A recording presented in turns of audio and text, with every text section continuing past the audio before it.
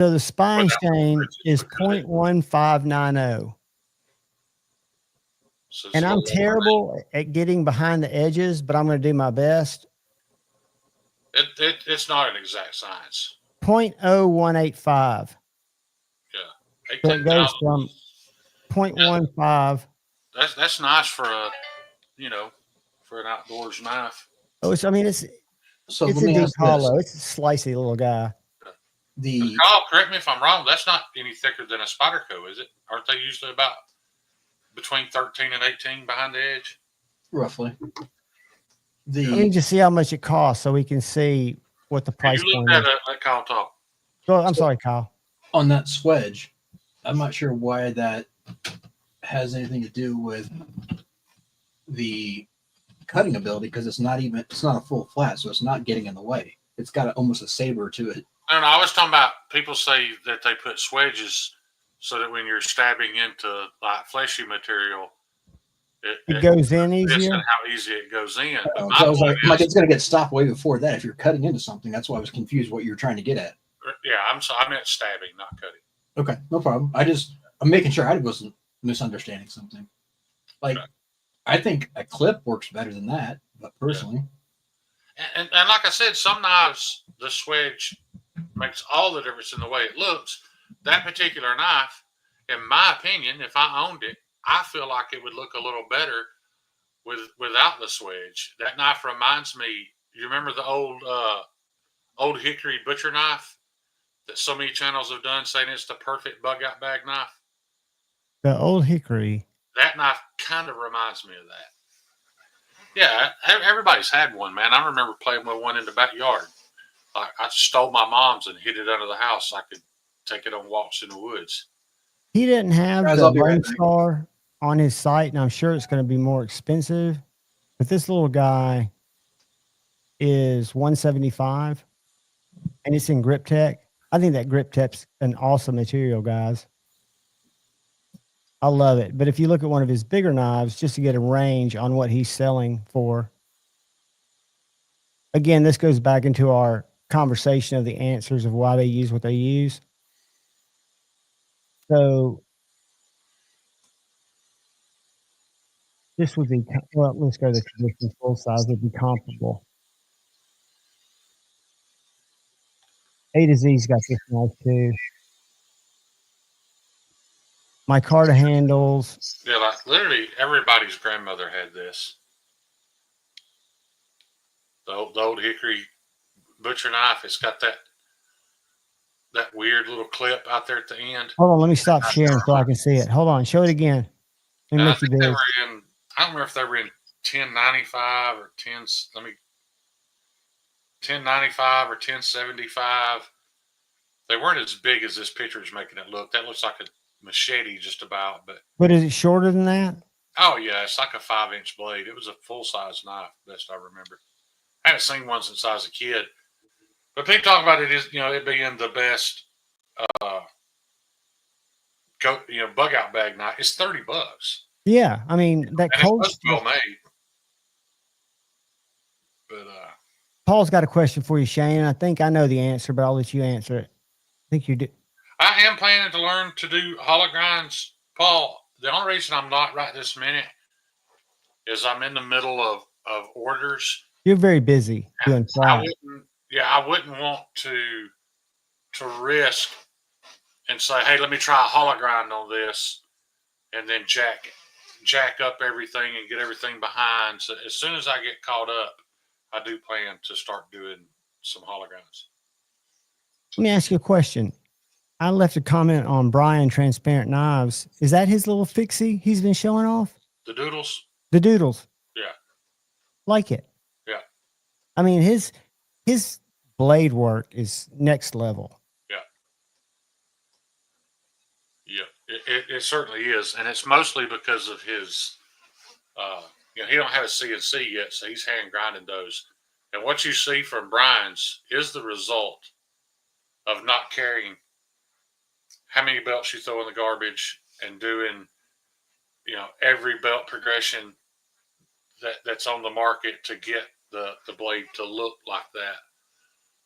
But he's broken it down to where he knows exactly what he's looking at, right? I mean, he knows what his costs are pretty much.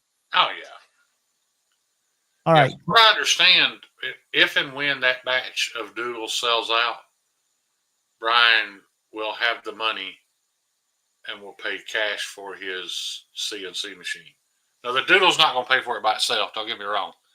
But between the money he has in his bank now and what he's going to make off the doodles, he should be able to buy his CNC. So a transparent knives folder, I don't know how long it's going to take, but we're getting closer than we've ever been.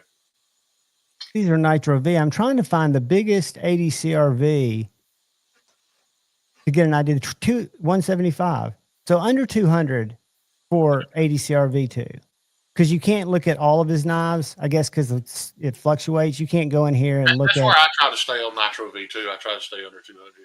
Well, no, that was on 80 CRV2, Shane. The Nitro V, and this is with the Grip Tech scale. Hold on. The Nitro V. It's about the same price, isn't it? It was over 2.25. Yeah. So it goes from 175. It's $50 more. Yeah, and there may be something about buying 80 CRV2 in an entire sheet like they do. But that's how he's always done his choils before. Because you can figure this right off the bat, John. Regardless of the cost of the steel, he's probably spending $15 less a knife to heat treat the 80 CRV2. Because it doesn't require a full wrap. It doesn't require as high heat. So his power bill is going to be lower. It's cheaper to heat treat carbon steels than right. Steels. See how he used to do his choils, or how he still does it, except for this collaboration? I don't mind that at all. I feel like now that's a very sharp plunge. That's very impressive. That's like the fret. My plunges might not be quite that sharp, but they're close. And I feel like if they're that sharp and that clean, it don't have to have a sharpening tool. Nope. But Kyle, what are your thoughts? At the same time, it doesn't hurt if it does have a sharpening tool either. I like the way on this one he cut into both the thick part. He did a perfect little semicircle right between both the blade and the, what do you call that? Behind the plunge. The Handle side of the plunge. Are you saying it's the Ricasso? Ricasso. Yeah, so he took 50% of it out of the Ricasso and 50% out of the blade. I think the choil is I don't not. know what you're saying. Is the handle flush with the Ricasso? At the bottom? Where they meet. When I don't know what you're talking about, John. No, Yeah, I'm he's talking talking about the about plunge. So like he's talking about like right. No, I can't do. I'm not highlighting right here. Can you see where my thing is pointing? Yeah. That flat part's the Ricasso. Correct. Right. Yeah. So the plunge going straight up and down a Is 90 right degree. here. Yeah. Right. You don't need a sharpening choil if it's straight up and down. Right. Because you can lay your stone against that, right, Kyle? Keep it perpendicular. And Correct. And the plunge is not going to be ahead of the termination point or the edge termination. Yeah. And so when he does the choil, when he did the choil on the knife that I'm holding, he took 50% of it out of the Ricasso and 50% of it out of the blade, which looks like to me it would make it a lot easier to sharpen. But what it would also do, and Kyle, Shane, tell me if I'm wrong, is it would make it more likely to snag on material, whatever you're using it to cut with. So John, I still don't know what you're talking about. I'm talking about the advantage of not having a sharpening choil, having it like this versus having this semicircle one cut in. Let me quit sharing. No, I know. You're Like just right talking there. about, right, because it's So wouldn't that snag on materials? It can, yeah. Material can get bunched up in there. It can snag there, yeah. That is possible. And I'm thinking the reasoning for not doing it, right? The reasoning, it doesn't take him any more time to drill it. Maybe 5 minutes tops. I don't know that it's a big enough deal to matter either way, in my opinion. What do you think, Kyle? I'm just curious as I think. I mean, personally, I like it without, but if you're going to do, because my thing is, if you're going to do a straight plunge, leave it that way. If you're going to do a sweeping plunge, then put in a choil. I got you. Okay. See, I learned something. See, that knife you're holding up now is what you should have been. The picture you were showing didn't have a sharpening tool. Right. This is his first. 50% in the right. what what I was saying is this is his now first I sharpening understand what tool. you're saying. Yeah. See how he took 50% out of both. It still looks like he did it with the drill bit. Yeah, good job there. Who's on first? He drilled that before shaping it, and then I don't know if he used a plunge guide or not, but he just started his plunge right in the middle of. Right, that's how I do it. And he's got those chamfers on the Ricasa. I put it right up to the edge of the belt, and that's where I start grinding. But he did a nice job. I think that's every bit worth 175. You had me way confused. I thought you meant. Well, I apologize. I thought I'd made it clear that he had that it was his first one. And when I say a Spyderco sharpening choil, it's not a choil. That's just what I think of when I sharpen Spydercos. No plunge guide. I don't understand. I don't know if you ever use them, Jacob. Or hey, there he is. What's going on, buddy? I have one, and I found that it seems pretty easy to me to just, push the center of your sharpening choil right up to the edge of the belt and start your grind there. Because I didn't think I would ever be able to get as clean a plunge. As clean a plunge as I do without a guide, but it's not that hard to do. Guys and gals, this is Jacob at Very Good Knife Company, a friend of mine who I've met at Blade Show and talked to since I reviewed his first knife that Lee Wolf sent me, who I've not seen in a long time. I need to reach out to Lee. But he had a drop tonight, and he's been one of the first guys to work with this stuff that I picked up a knife from Carry Development with, but they were skeletonized scales. What do you call them? Picture box? Or what do you call the scales that aren't full and comfortable like these? Shadow box. So these are full scales, and this stuff's called Grip Tech, and it's allegedly got the strength and durability, if not more than G10, but it's got almost an organic feel to it. I'm curious if Jacob agrees. It reminds me of the material that they're making the outdoor decking out of. Trex, it does not feel like Trex, and I felt Trex. Yeah, it's kind of like my Carta. It almost gets a little bitier when it's wet. Guys, these are in stock. He's got a few still in stock. When I touch it, I always think it reminds me of this new modern weatherproof decking material. It's nice. I know from one of his videos that he says it makes a much bigger mess when you're grinding it. Right. And my chat's gone. Mine's still here.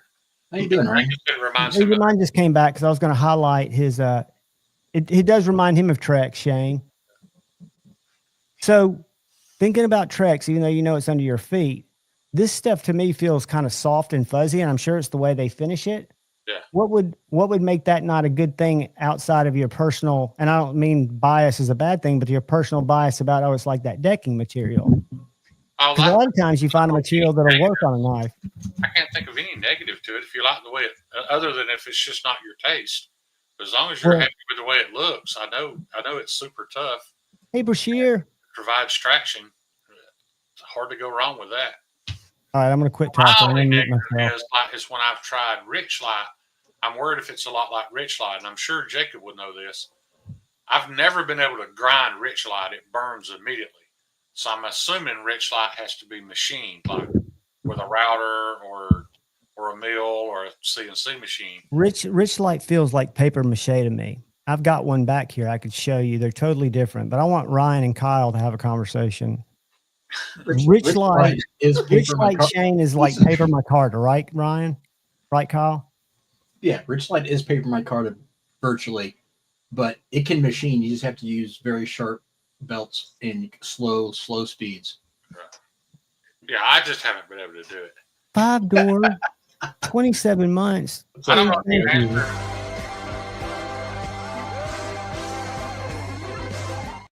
Yeah, he said it's nearly. Conversations are important. So I'm assuming you're machining your Rich Light and that Grip Tech. Am I correct? Is that all machined and not sanded? It's nearly.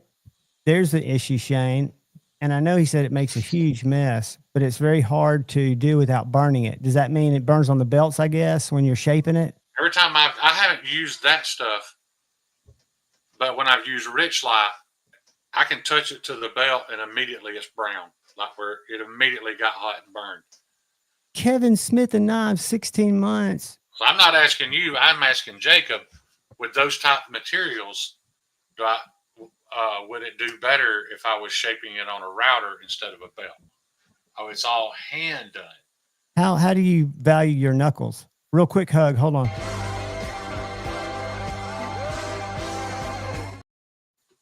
See, Jacob, this is why you need to be a Jacob, you're talking about something I don't want to do. Hats off to you if you're hand shaping and hand sanding and all that. Well, and that's why, Jacob, you need to be a guest one night. I need to get in touch with Mrs. VGKC because it seems like she keeps you scheduled. But there's so many people that would love to know how you do. Well, they watch you do it, but to just ask you questions because I would have never known. I mean, when you watch him on that router table, and he did say in his video that it's his scariest tool. Oh, it is. But it was you and Kyle that were telling me how scary it was, right? It was Ryan and I. Yeah, Ryan. I had a conversation recently, and Jacob, I don't know if you know the guy Tasca Tools on Instagram. I had a conversation with him recently, and he showed me the pictures of his hand where he was drilling, and not a strong drill, a drill no more powerful than the one I use, and the blade spun and literally destroyed his hand. Like, he will never be the same.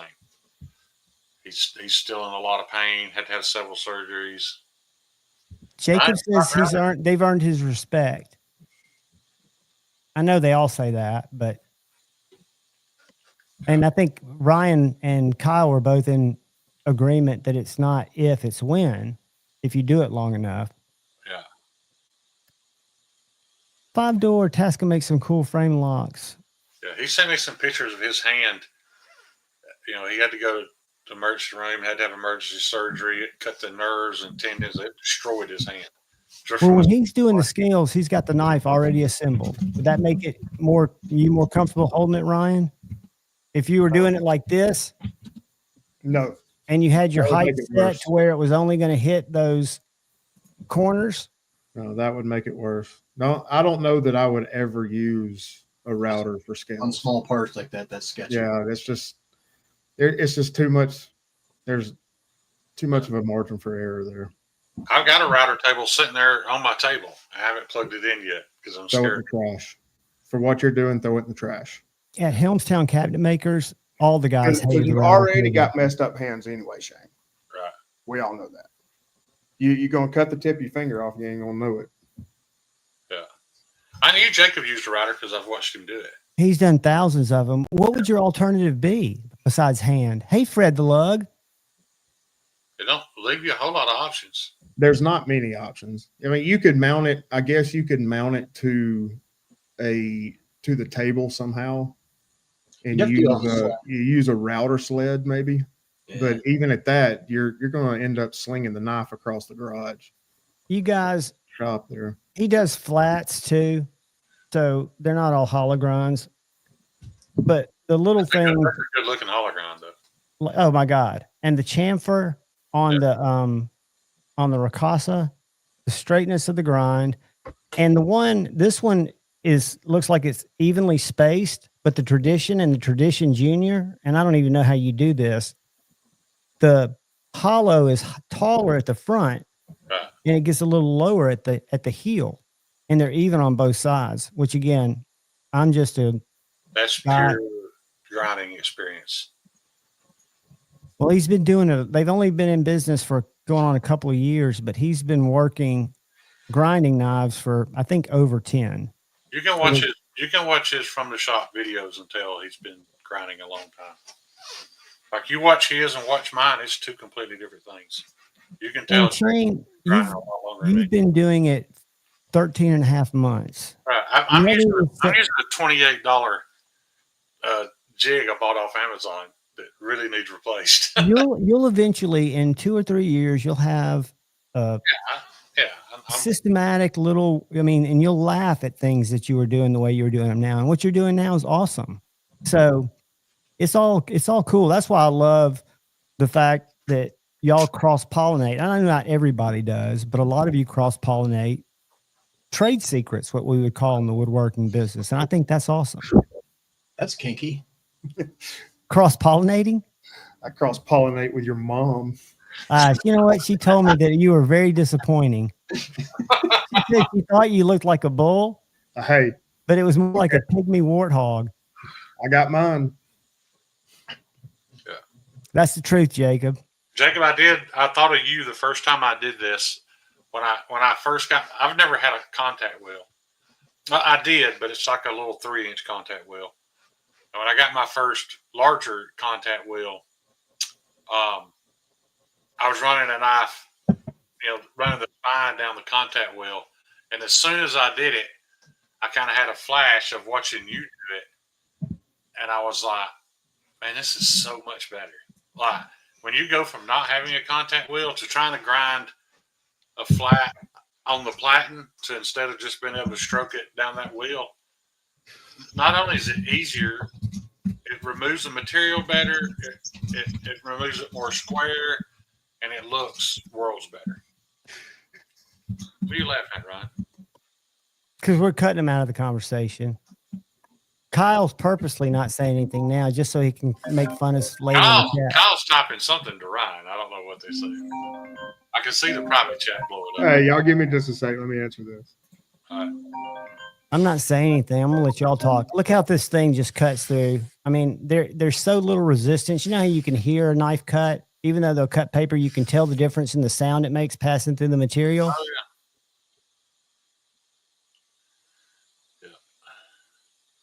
Just an interesting What knife. you said the name of that is? Is the name This of is the Lone Star. Now it's not on the website yet. It was I'm sure they're going to do more. I'm assuming, but it was the collaboration.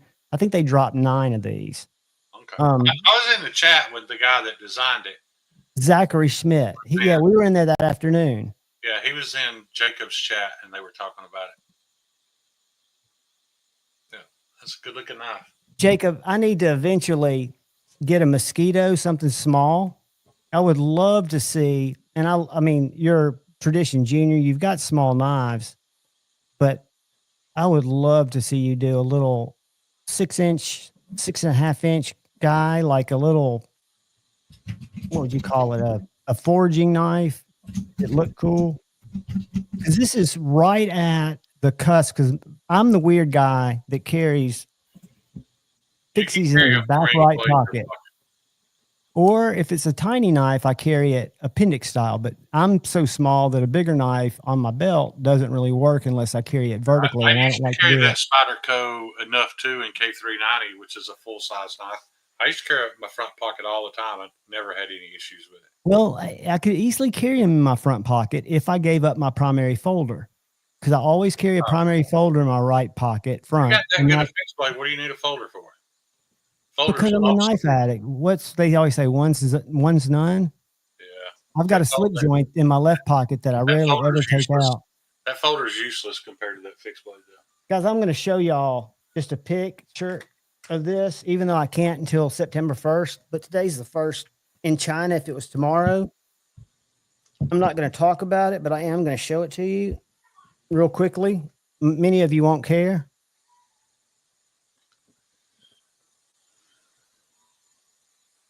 You're right. We don't care. I'm just kidding. What is it? I'm not telling you, but it's not what you think it is. It looks like the Appalachian Drifter from Civivi. Dude, it's a slip joint. They made an Appalachian Drifter in a slip joint. Does that look familiar? Is it Jack Wolf? No. But I can show you a Jack Wolf sheath, and I can show you a Jack Wolf knife. Oh, is that the one you were telling me that? Maybe. Don't say that yet. All right, my bad. But dude, but it does. You not remember when Civivi released the Appalachian Drifter? Yeah. They released it as a slip joint. It looks just like that. They did. It's always one of my favorite. It does, Fred. I mean, I was very impressed with the quality. Very, very impressed. Juhvon, maybe instead of buying that knife, you can save up and buy a breath. Dude, guess what? You're on one tonight. It was sent to me. I'm off my meds. No, I'm talking about you not being able to breathe. That, the Appalachian Drifter 1 was a slip joint. The 2 was the front flipper. That's what this one is. Right. But this one's comes in a leather sheath that looks very familiar. There's a reason why he's interested, Kyle. It's because the make, the fit, and finish looks like it was made in the same plant. I don't agree with just you. giving him a hard You and time. I have a conflict in who the main guy for these Jack Wolf knives are. Well, we And already this is know. Jack Wolf, huh? We know. You say we do. We do. I'm That holding a okay. counterpoint. Right, but that very well could be off the same factory line, like we always talk about. Right. Now, I'm So- not taking that in consideration. What I'm taking, well, true. I mean, I wouldn't. That's above my pay grade. It's Which not is- above your play grade, John. We've explained to you thousands of times. They're all made on the same factory floor. Right, and it's not that I don't. Not different. What is Kaiser? What is Best Tech? What is CJ? I trust you guys, All but marketing companies. it's possible that there's a little Chinese building or big Chinese building that has Kaisers only. I don't know that they're not. I haven't seen it, so I believe you. But even, and I've seen some videos that makes me think that Antarctica. Well, there very well could be. You're right, but their liners are being punched out in the same shop that CJRBs are. They're Very possible. Yeah. What I noticed at Blade Show. If you take all the evil away from the word communism, it's a derivative of the word common. Everything is common. Everything is shared. That's Right. That's what communism means. Everything is shared. So no, they're not all making their own knife from Tempest OEMs. Good to see you, Tempest. That's funny. What I was saying, and I tried to drag y'all over there because, But you are right. That knife looks like it was made by the same people that made the jacket. and the ones that they had on at Blade Show had the titanium, that dark titanium bolster. This one being DLC'd, Yeah. it doesn't, until you like look at it right next to one, you're kind of like, there are differences. There are differences in the spring. One thing that's really cool, they've got the Vanguard, a budget. They did a budget slip joint too. I don't know what it's going to cost, but it's in the other box. And on the spring, instead of having branding on the blade, they put it real small on the spring, which I thought was ingenious. But it's it says Damascus, but it looks like Damasteel. I did send the said faction trio a link. They probably wouldn't be able to join. But yeah, Jacob, I'm going to eventually get a tiny knife from you because I'm going to eventually convince you. Jacob might not want to make a tiny knife. He has one, a mosquito. Let me show it to you. It's a stone cold win, but it's a little bit. I didn't hold one at Blade Show, and Kyle, I'll quit talking after this. I'll mute myself, but I expect you to have something to say. I'm good. I don't have anything to say. Dude, I don't have anything to say. I'm telling you, I'm off my meds and I'm just spiraling upwards. I'm getting ready to switch from the Starbucks to my THC soda. So hopefully, I definitely don't think you need an upper right now. no, that's why the coffee's almost gone. I can't waste it. It was $4. She said shoot her an email, John. Who did? Mrs. Very Good Knife Company. I like that. Oh. That's different. I like Yeah, that's what I was going to show you. Yeah, that's Is cool. it Sharon? Yeah. That's Well, like Kiridashi. that's like a pocket Kiridashi. I like that. Yeah, but that's what I was trying to figure out, and you can maybe help me see it because it's hollow, if I'm not mistaken. Tempest wants a wrench.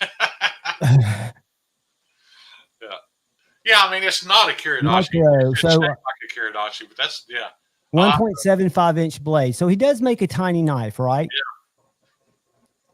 And I think, granted, I love it. I think it's cute and it'd be functional for what I do. But I could see just a really cool. I don't know if they've got a 6-incher. A beautiful knife. My favorite knife that Jeff has is the Falcon. And I haven't experienced many of these knives except on the table at Blade Show when you're kind of overwhelmed. But this knife right here, Jeff has in the Signature series, which has shred carbon fiber. It's Mars Valley, or it's red and white. I don't know what you'd call it. Beautiful fat carbon. But it's a hollow ground sheep's foot that's right around 7 3/4 inches. Isn't that pretty? Yeah, it's cool looking. Oh, I'm not sharing it. It is pretty, just so y'all know. So pretty, I'm gonna fly into it. All right, after I show you all this, I'm gonna quit talking. He said the wasp was 6.5. Okay, we'll go look at the wasp here in just a second. What do you think of that, though, Shane? Kyle? I really wish that trailhead knife I made That's that pretty cool. knife kind of reminds me of the Trailhead. You Not like that this one, right? The Huntsman. but I wish he had done better because I really like that knife. And people who own it and have used it love it. But it's kind of almost like one of those knives that you have to use to really appreciate what it was for. See, I don't think anybody's ever designed a knife to open cat food and Amazon packages. Yeah. But there are a lot of knives that are very effective at it. I like that 6 3/4. Yeah, there you go. That's he already makes the knife you're talking about. A little hollow. Well, that's a cool one. Different. I have mixed emotions about small clip points. I'd almost rather it be a straight back being that size. But When you say a straight back, just a straight, the spine is straight all the way out to the tip. I got you. Kind of like a mordax. But I've never needed. There's a lot of clip point blades that I appreciate and I like the way they look, but the whole purpose to the clip, I've never needed that in my life. Guys, these are, and no offense to Shane, It's a swedge, not a clip. but these are the cleanest knives I've experienced. And Yeah, again, the pictures are very clean. he's not a photographer either. I think he's just shooting these on his table. Yeah, that's as basic. I'm looking. I shoot pictures like this where I can see the lights in the background. There's nothing wrong with them, but they could be made to look very, very nice. But they don't need that extra, right? I mean, the handle to blade ratio to me has always been very comfortable. I love his taco sheaths. Not a fan of the clip, but the fact that a knife maker even sends a clip is great because I'm going to put, a deep concealment on it. That's pretty cool. Yeah. Was that shadow box or is it? It looked like it was layered, didn't it? Or I think it's layered. You just got corrected, by the way. let me stop sharing so I can get back in the chat. Yeah, I read it out loud. They do eat birds, but they leave them as presents. Clips are my favorite looking, good for nothing. Actually, stabbing your fat rolls. Oh, the rabbit's back, by the way, guys. Oh, awesome, dude. Healthy, or has it been out just making other rabbits? No, it's been home twice. We caught it a couple of days ago. Took it home. I went outside today, and there she was in the yard eating grass again. Are neighbors seeing you with the rabbit? I don't know if I'm going to give it back to them. No, I don't want you to give it back. I just want people to witness you with it. So when the neighborhood's overrun with strange looking rabbits, that everybody knows that it was that irresponsible Shane. It's not my rabbit. I've just been. Did you name it Randy? Yeah.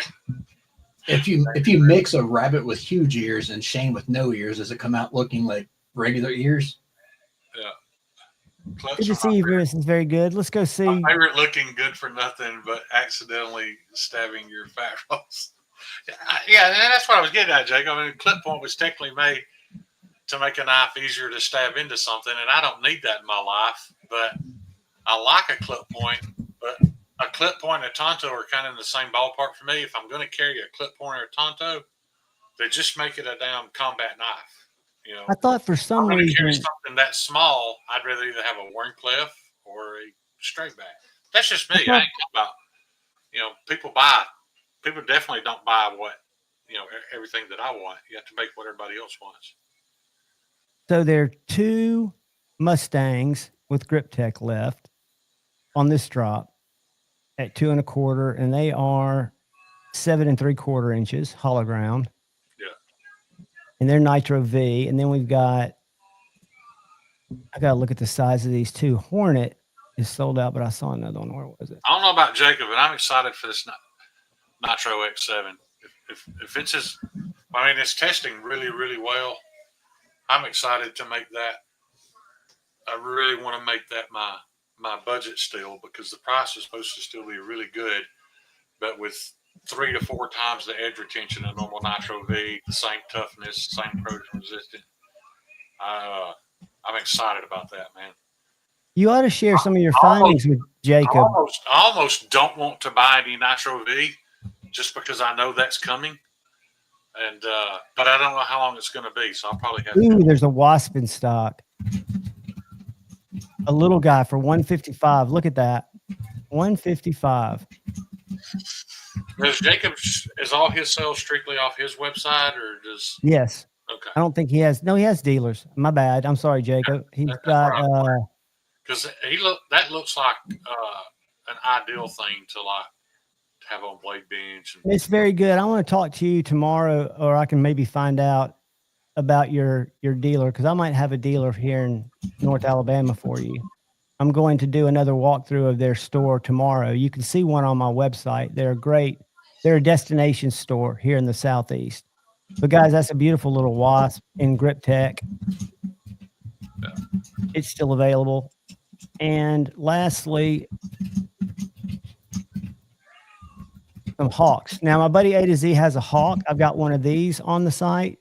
This is the beast, and it's slicey. It's a flat grind, Nitro V. I like that. Yeah, it's 7.7, but it's beefy, Shane. The handle's beefy and the blade's tall. So for like a back pocket knife, it was just a little much. Yeah. And you can see here.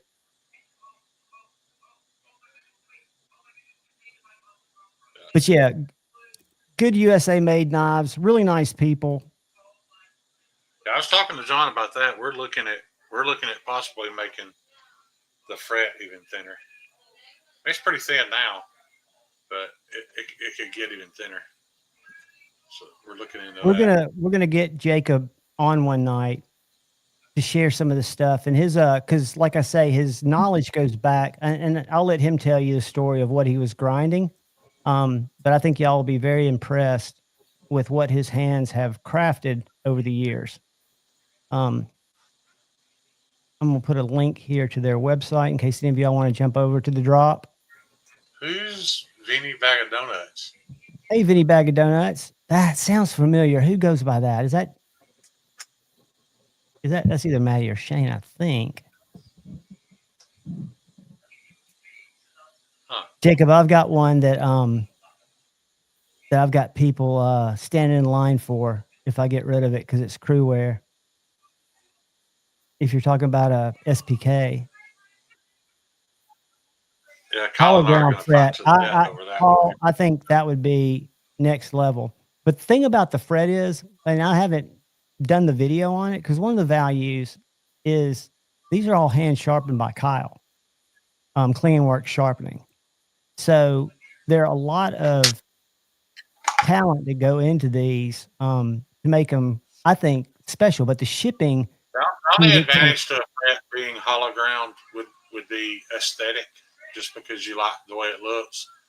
Because Kyle and I both looked like when I went from hollow grinds to flat grinds on the thugs. Hey, Vinny. I went to a thinner blade stock, so it's just as thin behind the edge with the flat grind as it is the hollow. The fret would kind of be the same way, but that wouldn't be one I would want to start learning to hollow grind on just because of the way it turns up and. Right, that little bump in the spine would make it tricky too. 1931. Reach out to a very good knife company on Instagram. That's Mrs. VG. You'll get the message, and y'all chat because you do design and have some killer collabs out there. He does. I've got some pictures from Terry that I'm looking forward to The making. Collusion is a great knockoff. It'll be a while before I can do it. Collusion's great. I think that's our buddy. I wish one of them clicked their links. I said, y'all can come if you get really, really bored or if you want to yell at somebody in chat. And I figured that would draw one of them out. I sent Sheree. Ryan's going to be a while, dude, because I bet that phone call he's having to use the Google Translator.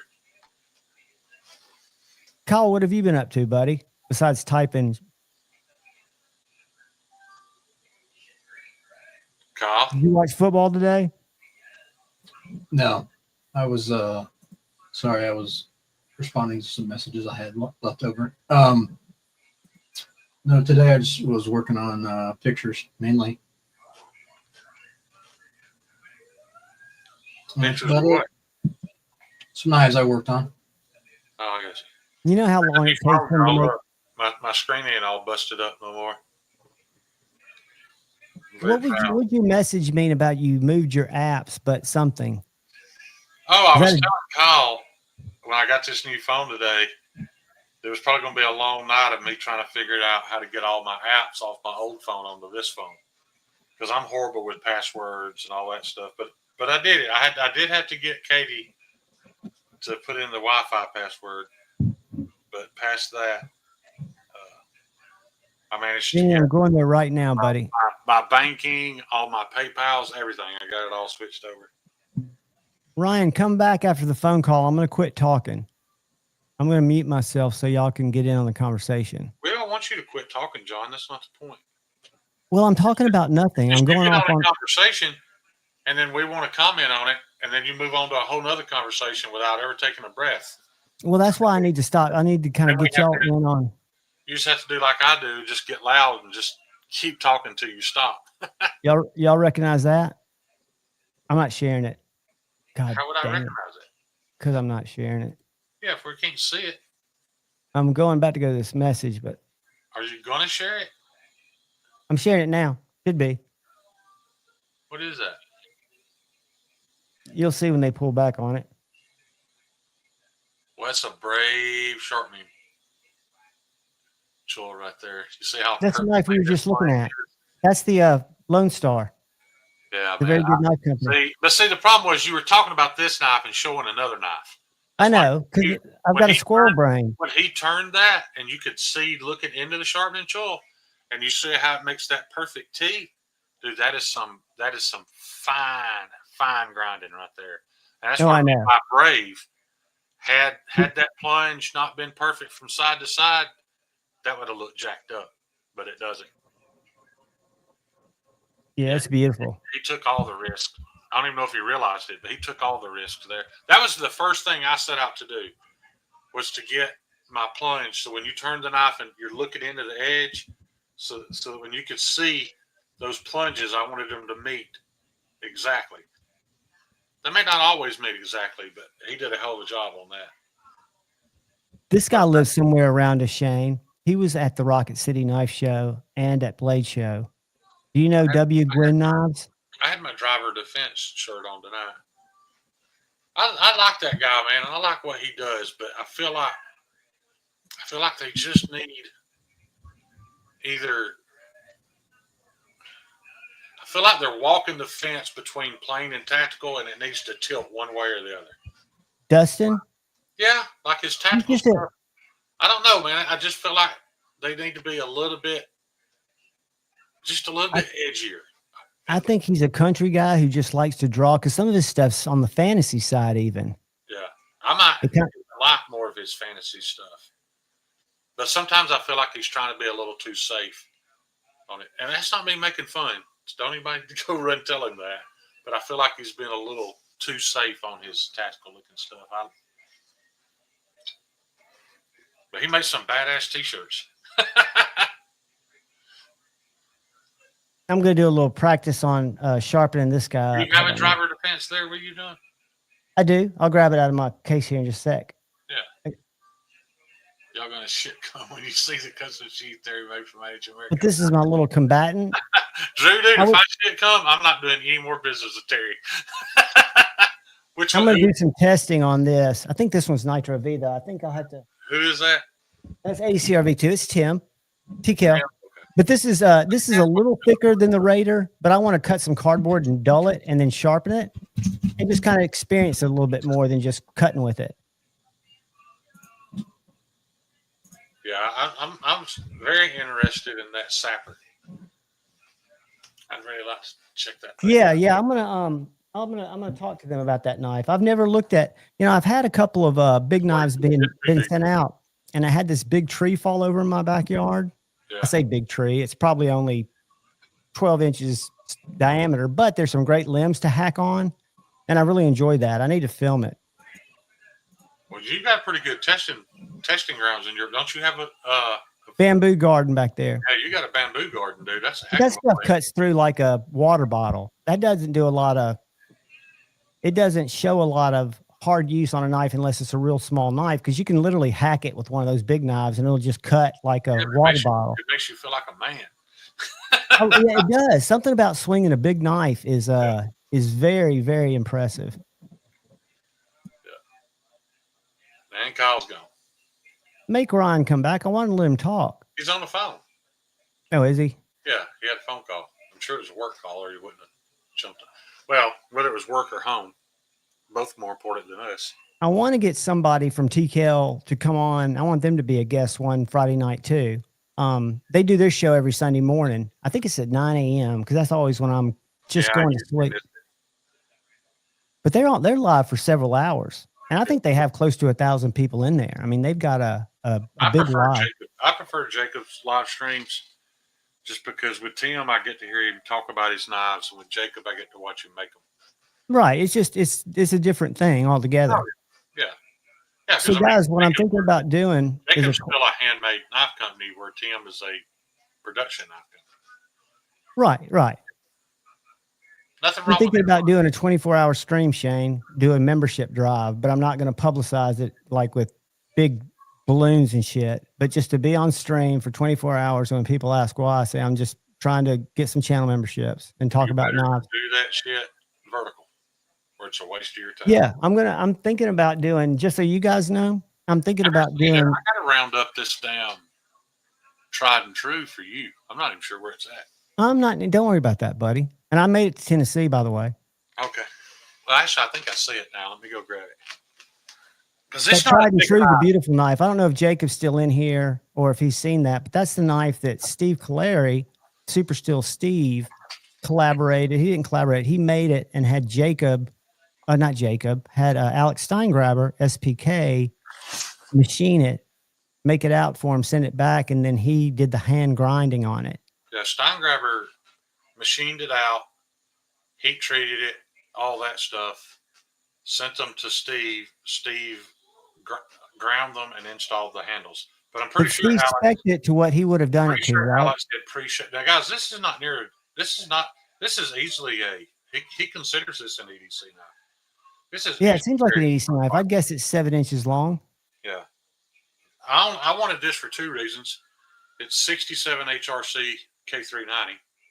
So it is absolutely not hard use. But Vinny Bag of Donuts has got some experience in the knife business, Shane. Share what you know about that Nitrox X. I didn't mean to interrupt you. who did? You want to Vinny try? Bag of Donuts. He's I a don't knife know guy. that much about it. I was just there when the CEO of that company was talking to Steve about it. I just happened to be sitting at the same table. And then Steve tested it and he cut, I don't know exact numbers, 550, 560 feet of cardboard with it on one edge. And guys, that's surpassing any,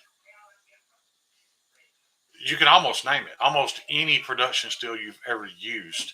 Is it pretty tough too? It's still, yeah, it's still tough. It lost, to gain that edge retention, it had to lose a little toughness in it. But when I say a little toughness, it's still tougher than 1095. It's still tougher than Crewwear. But it gained that edge retention, and it's still stainless. But the main thing is, it's supposed to only be a couple dollars more than regular Nitro V. That's why I'm excited about it. I'm excited that people like me and people like Jacob have an opportunity when that steel hits the market, that we can have an absolutely excellent lower end budget steel to be able to offer. Yeah. Well, And that's when why you I think. start paying $100 more for a knife in a super steel, but the returns on that, you know, I mean, don't get me wrong. Compared to the edge retention on this is absolutely going to be better. But we're getting to a point where budget steels are getting so close that you're going to start questioning. You know, should I even pay for Magnamax if this is that good? I don't know. Yeah. I haven't seen his video on it. Steve was just HRC testing some S90. He hit 65.5, so I'll be making a phone call about that. Well, I just think I know you know Tim and I know you know Jacob, and I just think you having some of those conversations, just sharing the stuff that you found out. They might not be interested in it, but like talking to Suzanne, she made it sound like, Tim hadn't had a need or a thought about really super steels. Yeah. Now they are doing their folder in MagnaCut, Right. so that's going to open a door for them, right? Right, as it should. That's true, Jacob. I think what Shane's saying is he's found a lot of way around though. I will pay for it. That's just my thing. But your market's different. But I offer both. yeah, my market's a little different. I will pay triple for it. If you can get the return, if the market is Well, speaking that return. that's what I'm saying. You know, I may pay triple to only get a 20% better steel. I know on paper that doesn't But your work mission out. statement is different. You're trying to offer the best knife for the best price. You're not doing it on a. I mean, Where you gotta, I do still try to offer those same knives in Nitro V, and just like with the kitchen knives, when all y'all ask me, I'll try to talk you out of paying for the MagnaCut. I just think unless you're a professional chef cutting with that knife all day long, you're not going to see an advantage of MagnaCut over Nitro V in a kitchen knife. Now, if you want it, I'll make it, you know, but yeah. And there's nothing wrong with that mindset either. That's how this whole conversation came up. Was I was curious as to the, you know, why you chose that steel. Why, you know, I'm curious as to why everybody chooses every steel that they use. You know, I'm curious as to why Steve chose K390. You know, something notoriously fragile for this, but I know it's fragile, so I'm going to use it that way. So it's okay. I don't know much about K390. What's its main edge retention? Yeah, but it's not tough. I mean, it's tougher than Maximet 15V and How's it cost? I mean, comparative to other it's, tough. It's definitely one of those that I would say you've passed your point of positive return on what it costs to buy it. So it's a expensive steel. Yeah, one of the most expensive. That's true, Angry Top Hat. Yeah. Paul says it's not fragile. It patinas too, Kate. Well, relatively speaking, I mean, compared to Nitro V or ADCR V2, it's extremely fragile. In terms of lateral. Yeah. In terms of using it for things the knife wasn't meant to use. Last week when we were in Jacobs, when I was looking for that now, video. You probably couldn't break Paul's knife in K390 because it's thick? It's thick and it's this long. And like we've always talked about, guys, and the more I read, the more confused I get. But I do believe geometry's 8/10 of the equation. Maybe not 8/10, maybe more like 6/10 or 7/10. Right. But I think we did watch last week. Didn't we watch Jacob breaking tips off? That's when you talk about strength, you're talking about lateral tests. When we couldn't find the video with his backpack, but he would stab it down in that piece of wood and he'd push it forward to see where the tip would break and how far down it would break. That would be considered the strength of the steel, right? Its lateral ability to. Five Door, I'm curious about this because this K390 was blasted and then acid washed, which gives it a really nice finish. But typically, blasting on something that patinas only speeds up the patina. So I'm curious to see, you know, where this thing goes in the next couple of years. Like Paul said, Mad Wax. I'm a big fan, and I don't know if it's a good thing, but I use, not because it's KPL, but because it's a vegetable oil. It's like their kitchen product. Yeah. And I just keep it on a rag, and the rag never dries out. So it's just I guess a food safe oil. And I keep my carbon steel or patina type knives with a little coat of that on them. But Mad Wax is good too, or Yako, Mad Wax, or any of your other waxes. Before I got Mad Wax, everybody that got a knife from me, it was they all came oiled in said Stevie Beard Balm. Yeah, Beard Balm. That's what I was gonna say. Said Stevie's Beard Balm. Or oils. That's what I used. I first learned about that from Lancelot when he said his could be used for that. Kyle's back.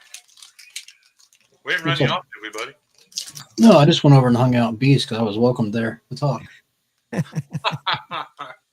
These fucking Ohio State people. What's the deal? Don't get your feelings. Those winners. Do what? He said these winners. What winners? Ohio State. Oh, never mind.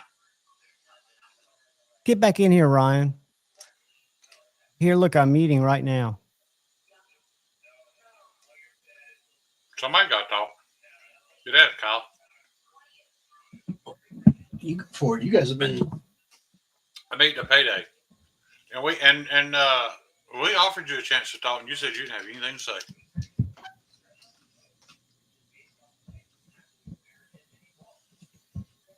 My wife. Yoko, what's up, buddy? That package is going out in the morning. I got everything ready to go. God, y'all make this show boring. I know it. I mute out for 30 seconds and I'm starting to go squirrely over here. Well, it's because you're running at like 120 miles an hour. It's actually just my idle speed is set higher than most because I don't have energy. I don't feel like I could go out and convert this to like something. Hey, here's a totally non-related topic. I know you know about it, John. What do y'all think of this Raha Jackson and that professional wrestler incident? I know he's conscious and talking, right? Looks like he's going to make a full recovery. I haven't heard any of the legal stuff going on with Raha. Did he get arrested? Not yet. Because you see all this YouTube clickbait where it makes you wonder if it is. And when it's got a question mark, I know that's just trying to get me to click. Yeah. That's why you guys are going to see question marks on my used to be a thumbnail. wrestling fan, and now I'm an MMA fan. And the only part that really grabbed my attention, I disagree, Drew. The part that really grabbed my attention was when Rampage Rampage started calling people racist because they called his son an animal. That was an animalistic thing that he did. It scared grown-up wrestlers. Have you seen the interview? It has nothing to do with race or racism. He acted like an animal in there. He nearly killed that man. Right. It's not a matter of, it's just the act itself. But were we watching it together or did I watch it alone where they interviewed the guy who actually broke it up and then headbutted him where the other grown men just stood around? This guy said we're supposed to be his friends, didn't have the courage to go in there and break it up. And they show him go in and he just suplexes the guy, takes him to the corner and headbutts him. A lot of mistakes were made. Them taking him backstage where the wrestlers were hanging out. So, which that is what allowed Stu to assume that was a work. That he was a wrestler. Jesse said that was a work. It absolutely was a work. I mean, he looked at him and said, "Are you going to sell it?" And he leaned into it. I didn't know what he was talking about. I knew what he was talking about because I was a long-time wrestling fan. I'm not anymore.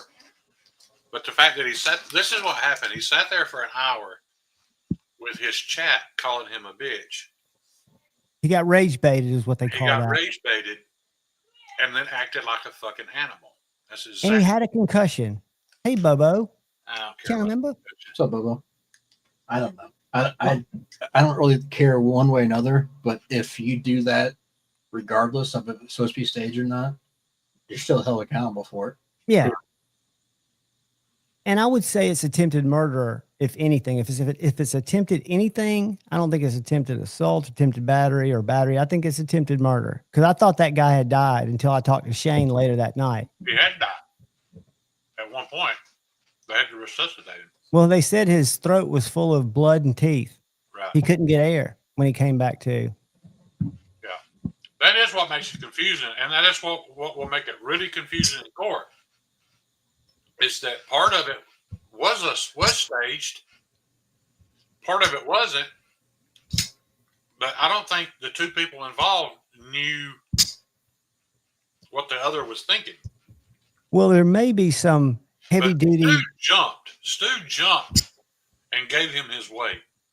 So he could put him up in that position. He did not pick him up. He didn't pick that guy up like that by himself. I noticed that too. He propelled himself up and gave him his weight to let him slam him. And everything he did from that point forward was criminal. Yeah, you don't punch someone like that and being fake. No. 23 times, or was it 26? 23. 23. I had a buddy I used to think a lot of. We got in a fight outside of a bar one night, and he'd knocked a guy out. Was walking off, turned around and looked at the crowd, laughed, and kicked the guy in the mouth and kicked his teeth out. And you don't hit a man when he's down. With him since that dude was unconscious. Yeah, when you get somebody down and they've given up or they're unconscious, you back off, even if you're not in a professional fight. That's just human decency. Not that fighting's human decency, but it's human nature. I had seen him in a situation like that before where he told the You guy, too, I'll Vinny. break you up if you Thanks for touch stopping by, buddy. Yeah. It is crazy how it's the big thing now. It's like it's everywhere. But I'll say this, Jesse is my least favorite person to watch for stuff like that, dude. I agree. But Jesse I'm not that deep into it, so he shows up in my feed. Yeah, he shows up in mine too. And he's an entertainment guy. You got to realize that a lot of what he's doing is for drama and for clicks Right. and for grifts. You know, he's a super chat guy. He's into all that crap. He'd have Gabby on there naked if he thought he could get away with it, if it'd get him more subscribers. Does he strike you as a steroid rager in his free time? I mean, he's always real red. He strikes me as somebody. He used to train it. Well, he still does train MMA, but at one point he wanted to be a fighter. Well, I thought he was. I was under the impression that he had kind of a semi-successful career. I don't know about a successful career. Better than Rajah I don't know Jackson. all the details there. But what I was going to say is, if you went to a UFC fight and Vince McMahon had a tight contract, this was a, whatever you call it, a backroom match, and it's televised, and one of the wrestlers, let's say Logan Paul, God willing, snaps and beats a guy almost to death, that's still a crime, even though it's a production. It's outside of what is sanctioned and agreed upon. It's at the very least assault and battery. Well, kind of similar but different. The motives are different, but to Alec Baldwin doing a movie, accidentally shoot somebody. I mean, it wasn't intentional, but we don't know it wasn't intentional. He could have been like Garth Brooks in a serial killer. As much as I dislike Alec Baldwin, that was not Alec Baldwin's fault. There is one person on a movie set that is responsible for that. The firearms person. Yeah, the armory. And the fact that they hired a 22-year-old chick with no experience because her dad had done it and she was cheap, that's 100% on that production company. Yeah, I agree. I'm not taking up for him. They're not really the same. That was not Alec's fault. To me, it doesn't matter what the stage is. What Alec's fault was him trying to lie his way out of something that he wasn't even responsible for. Let's say it was I didn't even pull the trigger. All that was lies. And that was just worse. Yeah. But let's say it was the filming of Jack Wick 10 or John Wick 10, and Keanu's on set, and instead of doing his stunt shit, he beats somebody to death. That's still a crime. So I don't see how, if it's been turned over to LAPD, how they can't charge Rajah. There have been boxers that have beat their opponent to death in the ring. That's happened several A bunch, but that's a fight. Everything that happened was within the realm of the rules and what was agreed upon. So it was right.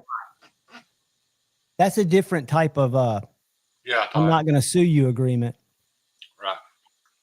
Yeah, that's Todd. That's what we got talking about, because I was talking about something even weirder, and Shane was trying to pull me out of that conversation, which he did successfully. I'm sure Kyle's over there bawling because I said it wasn't Alec Baldwin's fault. No, of course it was his fault. I agree, Kyle. I just ignored that stupid ass comment.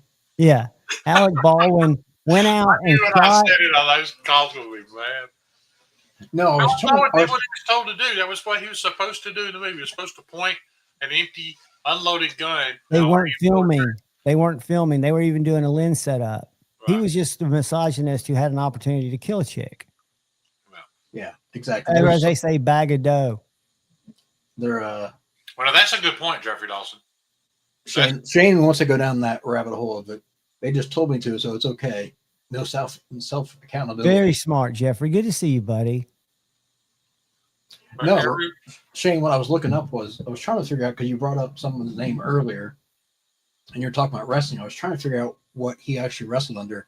AJ's brother, Ryan, used to be a wrestler, an MMA fighter for a while.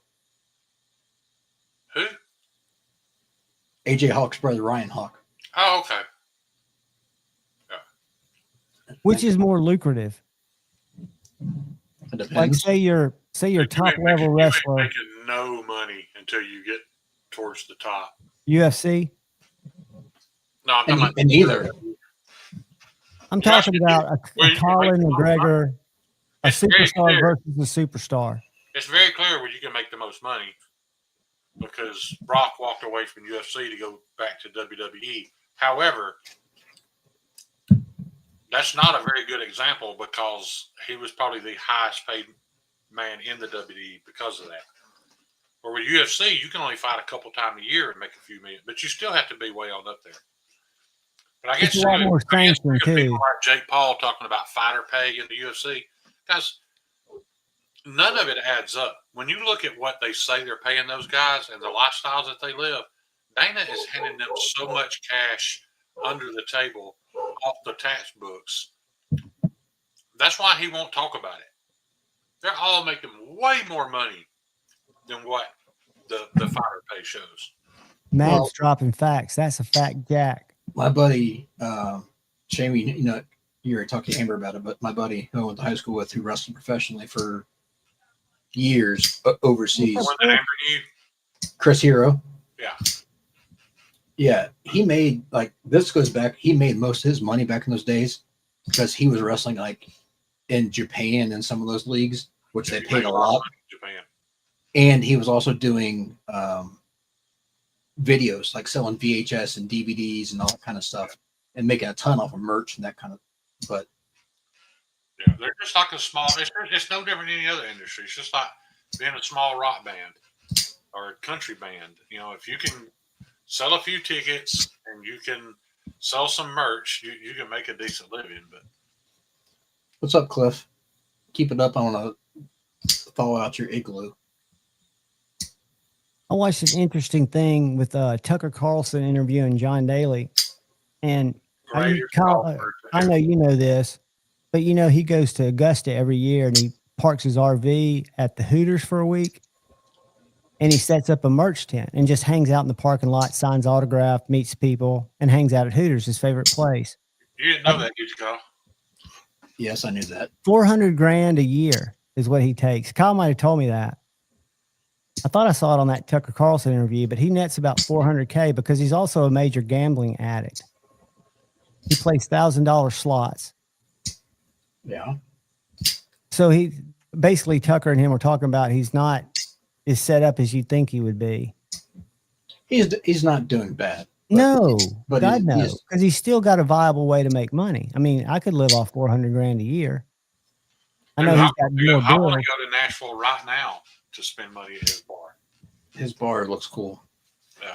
Never seen it. I'm gonna Google it. Just because he's the greatest golfer to ever live. He's the greatest athlete. I'm gonna end this stream. He's the most entertaining golfer there's ever been. I'll tell you this. I will give you one thing. He is the most unathletic looking person you've ever seen. Yeah. I don't know. Who do you think between him and Roy Nelson? Not even chance. I think Roy Nelson was a better athlete than John Daly. No. He's fatter than John.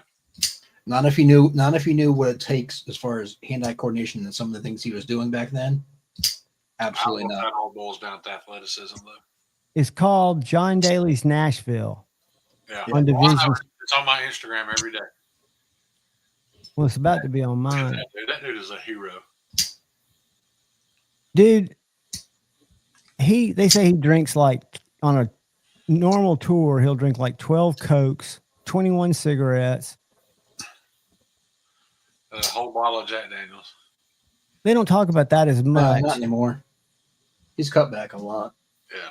He used to be drunk out there on tour, on the course. Yeah. Oh, yeah. He had a cocaine addiction. No, wasn't he drunk and high when he beat Tiger? Yes. He was up. That's one of the greatest stories ever. And I heard him tell it about him being up at that little small tournament. And he and Tiger both had a bad day. And they were paired the next day. And John was sitting there and he named off 3 other golfers. And they didn't have a glass of Crown. They had a bottle of what they were drinking. And Tiger came back in from dinner and John invited him to sit down for a drink again. And he wouldn't. And basically, Tiger said, "Do you remember you got to play Knocking on Heaven's Door for the sponsors tonight?" And he was like, "Oh, really? Okay." And so he went in there, killed it, went back to the bar after getting, playing his song and kept drinking. And Tiger's like, shook his head and went up to go to bed. He's got to go to the driving range in the morning, turned it down again. Daly didn't go to the driving range. All he does is walks up to the pitching green and hits like 4 or 5, maybe 10 pitches, because he says if you can get your pitch down, everything else is fine. I don't know if I agree with that because I'm not a golfer. But he beat Tiger by 5 strokes that day. Well, the one that's the actual most impressive out of all of those was when he won the British Open the morning of. He drank an entire fifth of Jack before he went out on the golf course just to try to calm his nerves. Some people can perform like that, man. Well, that's hardcore alcoholism and extreme God-given or learned talent. Because I think the point with him being the greatest athlete is to do everything so wrong. He's been able to continue to live. At least. I think if Roy Nelson had got down to 205, I think he may have been a greater light heavyweight champion than John Jones. Yeah, I think he would have ran through John Jones had he got Dawson. down to 205. Dawson's correct. That was another one that's probably one of the most athletic, unathletic people you'd ever see. Yeah. Jeffrey, do y'all remember when the MLB was plagued with all the what's up, Jesse? Was all plagued with the cocaine problem because they said they were so bored? That too, Jeffrey, that they would all, they were all playing baseball, drinking, doing cocaine on the field or in the dugout or whatever. It was a huge scandal. It was back in the early 80s. I did think it was pretty funny when John Jones told Daniel Cormier, because Daniel Cormier was making fun of his drug use, and he was like, dude, I'd beat you after a weekend of whores and cocaine. That was pretty good. Ellis, he was never good. What's up, One Moon? He was good. He was in a good system. No, he was never good. Yes, he was. No, he was not. Kyle, you can't watch his tape and see some of the shit he did. He was good. No. He may not have been. He went to a shit team is what ruined him. Had he took the same routes that Stetson Bennett's taken and go to a team that would put up with his shit and try to mature him a little bit and fix his problems, that you don't beat Alabama Absolutely like not. if you're not good. He was not built for the NFL. He could run around and be crazy in college and get away with some of those throws, but he was not a good NFL He's bigger quarterback. than Kyler Murray. And Kyler Murray's having a successful NFL career. And a lot of that's, in developing them, going from that transition from college to pro. I think there's probably a lot of mental that goes with that as much as getting yourself slammed. Can you imagine? The same thing about that Clemson receiver that's the white kid that beat Tyler Renfro? Yeah, Renfro. People say he wasn't built for the NFL. He's a fine NFL player. He was built for the slot. He wasn't built to be out on the edge. I can't imagine being a Johnny Manziel, and I know you get hit hard in college, but then having your first NFL game and having every player keying on you and getting hit by those guys for the first 24 times. I don't think you can judge any quarterback over the past 10 years that's been stuck in Cleveland. I just don't. If you judge any of those guys, considering they're on a shit team with shit ownership and one good player on defense. Now, they've had some receivers, don't get me wrong, but Agreed, Ron. I just don't think you get to judge. They've had. I think you can sent. Listen, hang on. They've got consistent. He'd be a nobody. They have consistently had the top 5 offensive line for the last 10 years. It's not about playing behind them. They've played, or they've done horrible because they've done horrible drafting. How do you have a top 5 line if you've drafted horribly? Because they don't have a quarterback. Dude. Is that because seriously? Look at the stats. Their line is top 5 for the last 10 years. So their strategy or something must be flawed. Yeah, they've gone through. Literally, this is the first time we've had a coach that lasted more than like 3 years in almost 20 years. We've constantly coached in and out. I'm just saying, I don't think you could have put What's Auburn's quarterback? Who's that kid that plays for Buffalo? I'm forgetting his name. Josh Allen. I don't think Josh Allen would have done well at Cleveland. I don't think it was a quarterback problem. Do they need a great quarterback? Of course they do. All teams need a good quarterback. But I think even Josh Allen would have failed at Cleveland. It was a culture problem because you're constantly changing. The ownership was always involved. Right. You're constantly changing GMs. It was a losing culture. You probably feel more like you're working for a corporation than playing for a team.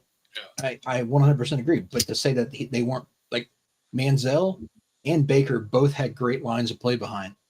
That was not the Lions' fault. But did they have the playbook to supplement that? Like, was the strategy of the team to utilize that line for a smaller throwing quarterback and have receivers that cater to that and backs that cater to that? I don't know.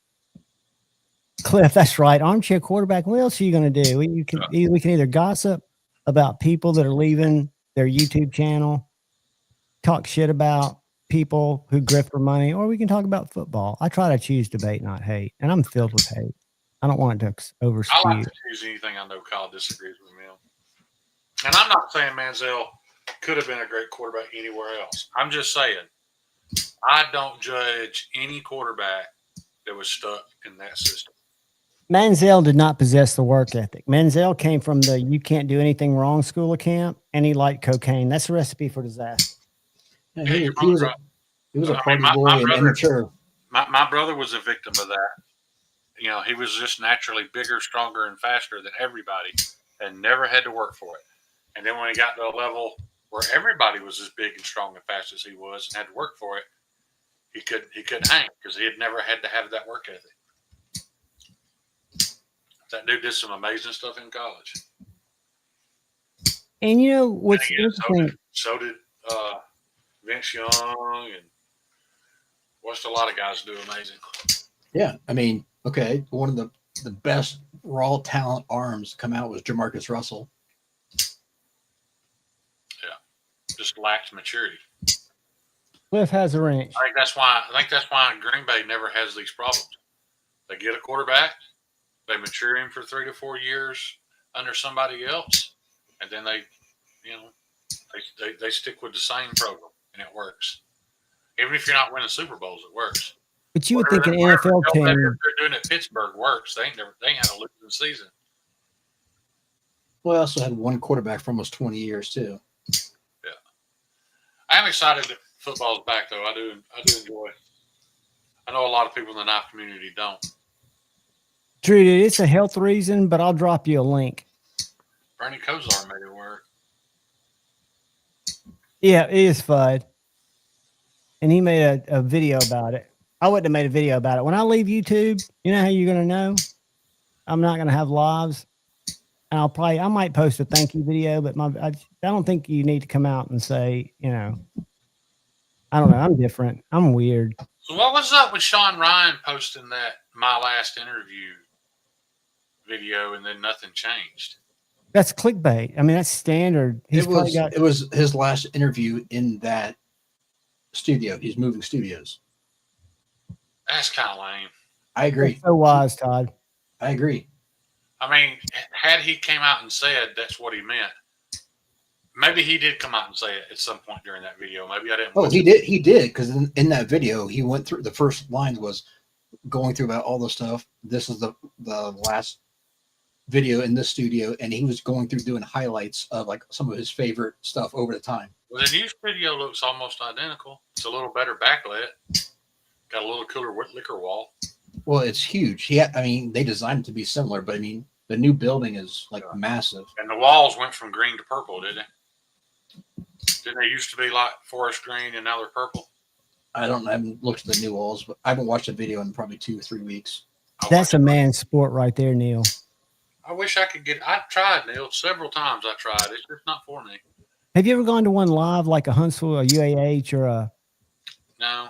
Dude, if you ever sit down... I even remember when they came out with the thing where they had the blue streak that followed the puck. I know a lot of hockey purists hated it, but I thought, well, I'll give it another chance because maybe I can keep up with the game better now. But I still...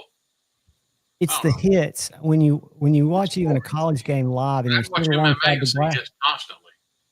Huh? I can watch an MMA fight and see nothing but hits. Why would I watch 2.5 hours of hockey? Because they're doing it strategically, and the way that they've got the balls to it. To me, it's just I don't watch it on TV either. In all fairness, but I'm just saying to be a man sport. I had a buddy who played youth hockey in Huntsville, and when he was like 10, he had a slap shot from a 10-year-old, hit him in the tip of his finger, and his finger's still short and fucked up. It shattered it like up to here. Just a slap shot from a 10-year-old. So you can imagine these guys. Outdoors advice. Talk about Defiance 7. What is Y'all talk to me about Defiant 7. I'm totally uneducated. Pull them up, John. I'm doing it right now. Goob. Let me go get something to drink because I've heard of that name a couple of times. I'm going to their Instagram first because I like to see how they present themselves. Then we'll go to their site. Don't get too deep. I'm not. If I can get up.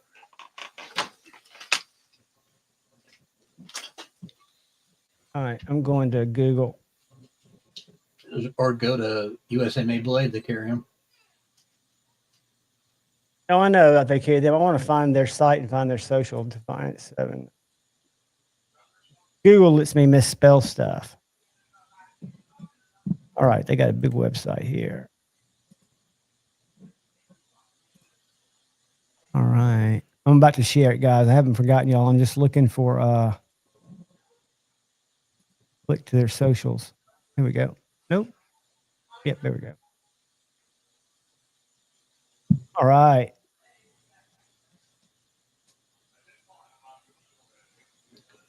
I just can't get into their designs, but I know I've heard they make good stuff.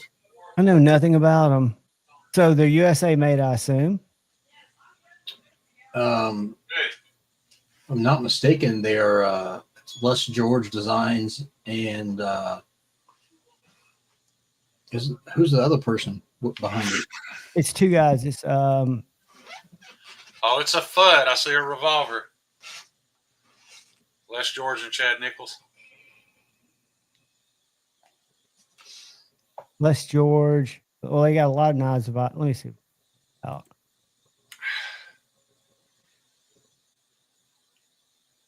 Les George started making knives.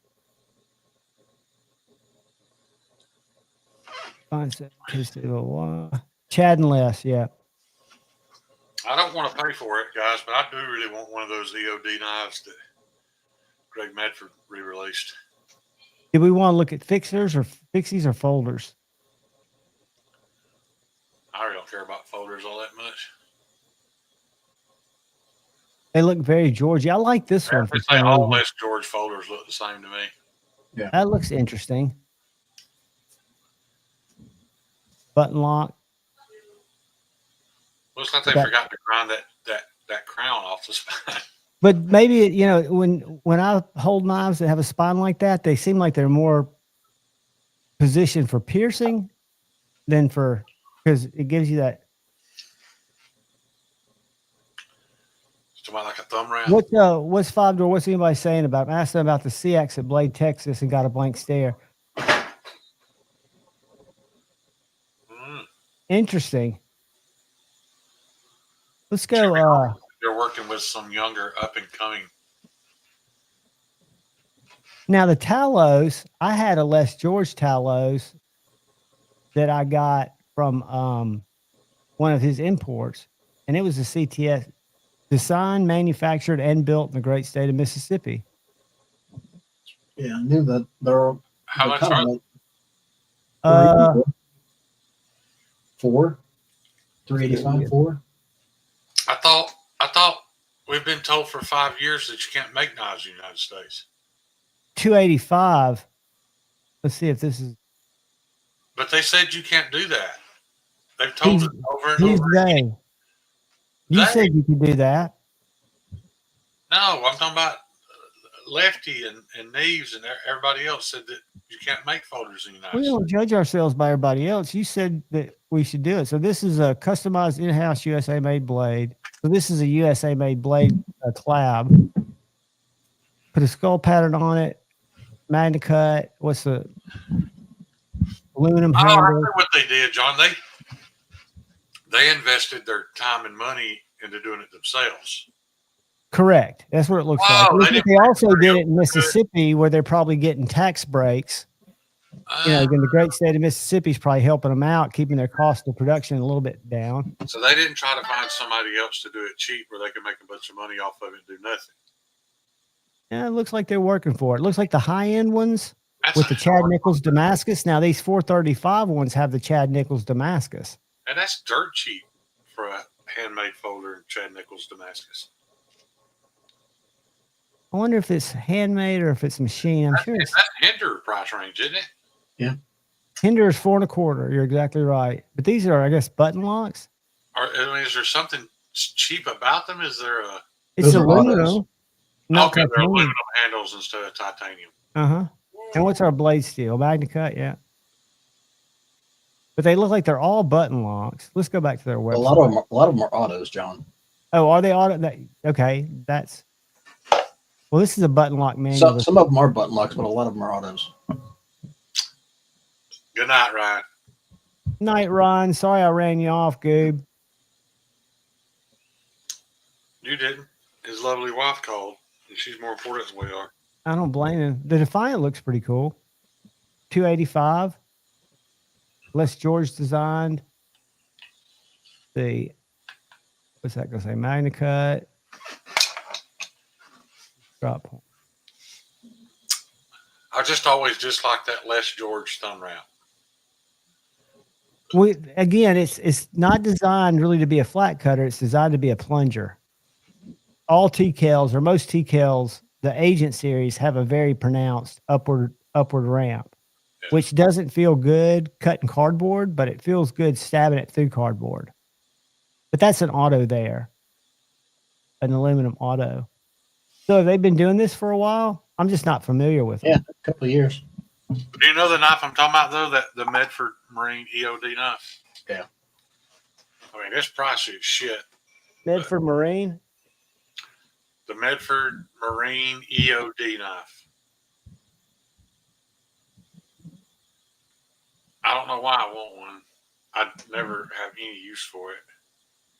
Because cool knives are cool, and that's a cool knife. That's like a. It's such a badass knife, dude. So what would you say besides looking at it and thinking it's Push the cool? rope on yourself? No, I just belched. He even admits that the saw on the back of the spine, it doesn't work very well. He What's said the- it on his videos. I know we can redesign those saw teeth so they do a better job, but So what's the deal with the hole? no idea. I didn't mean to put it in my cart. Oh, it's yours now. Hit Okay. proceed to checkout. Go ahead and buy that for Shane. Yeah, just go ahead and get that from me. Well, I'm trying to understand it. I mean, I know I like The cool. The knife was actually made for digging up IEDs. Yeah, Digging 1 them out. pound, 3 ounces. So what the hole is for, I have no idea. Again, it gives you that aggressive thumb ramp. Yeah, Looks like it's got a little claw at the back too. but it's more for digging than it is cutting. Yeah, it looks very pry barish. It is very pry barish. 10 1/4 inches, CPM 3V. Yeah, that's a cool knife. I'll agree with you there. Yeah. I saw a Hinderer brought back that little. No, I'm sorry, they didn't. It was an Emmett with a different blade shape. Looks gray to me without the R. Nobody asked you, Paul Mills, Ooh, I like the Micro Tanto. but I get it. I understand why most people would look at that knife and think it's stupid, but I love it. I also know it's good for nothing. Well, you like stuff based on design. When I watched you run to that Freeman and not be able to get it out of your head, I knew. Look at this little guy, man. That's not even 5 inches long. Which knife was that one? This is the Pro Micro Tanto No, by the one that you're talking about that Shane got. Which one? Freeman. Didn't you get a Freeman fixie, Shane? Yeah, I got it right here. But you talked about it for, oh, Was- look, a thug. What steel was that in? What steel's it in? Yeah.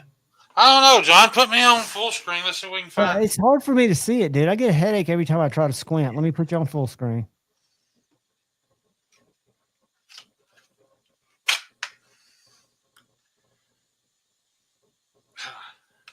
The joke's on you because this one's in the black It is actually a little hard to see, but it says MagnaCut. especially because you're lighting. Hey, your knife, this will answer a question. I've had people comment on this knife. And what brand is that again? It's Freeman. It says so on the other side. It is cool that he put it in the black in the Fuller. I think it's very not cool. proudly labeled, but it does hide it some. So I'm holding a little Concept Tiny Dancer. The only thing it has in common is it has that vertical grind pattern. Sweet. I get more people comment on my posts, on my shorts, that blade's not functional. It's just going to collect stuff. What do you think about the vertical grind? What are you talking about? This? Yeah, instead of it being horizontal. I don't give a shit if it's functional or not. I love it. Well, I know that, but like this knife here, this is a concept that's done similarly. What's the advantage of that? They also make it with the smooth There's no flat blade. advantage to it. It probably doesn't help anything. But it doesn't. Do you think it would hurt anything? I mean, I'm sure there's some cutting situations where it may cause extra friction and make it. Yeah, it fill up a cheese if you're trying to cut a cheese with it. Yeah, So you think they do it just because it looks cool, because they can? that's the only reason I bought it. Yeah, but the best part was That watching goes you in. try to talk yourself in and out of it for 24 straight When the hours when I world was comes to rooming an with you. end and you see me sneaking up your driveway with my AR, this will be mounted to my chest rig right here. After we got back to the room and started watching Steel Toe, you were still talking about it Yeah, before I fell asleep. man. I'm not worried about you getting up my driveway. It's not something I'll ever need, but it does provide me with some inspiration. You know what I mean? So yeah, I'll never be able to do that without a CNC, but you say never. Dude, if you've come this far in a year, think where you'll be in another year. I'm not. I don't. You don't have to think, but I'm just saying I know where you're going to be in another year. You're going to be a lot further than you got in 1 year. That is a cool looking I only thing. want to maintain what I have going on right now The only thing that I would rather have, Paul, is full grip. and just level out from right here and do the same amount of business I'm doing, but the product just keeps getting better and better. I'll be happy. I'm never gonna. I say never. I can't foresee me ever getting big for several reasons, but Big's- one mostly because I don't want to. Well, but big's relative to what you feel is manageable, right? I'm So is your, big now compared to where I plan to be and how I started. exactly. So as your processes get better, as you get more comfortable, as you figure Nice. out ways to increase what you can do, you're going to get bigger. Cliff, it's hard to sneak up a driveway when you got to sit down and take a break. Carry Hey, on. I've walked Carry with on. Shane. Carry He's on. not being sarcastic. Huh? I said, I've walked with Shane. You're not being sarcastic. You do have to sit down and take a break. Yeah. Fast forward 18 months, we're gonna have to change the Edge American logo to a woman from a trucker flat over top of a red and yellow Chinese flag to sell right out. Shane's going to be a marketing company. I was over at A to Z today, Shane. I didn't tell you, John, the results of all my heart stuff. Of your no, you haven't told me anything about that. So I go the 3rd. Or me.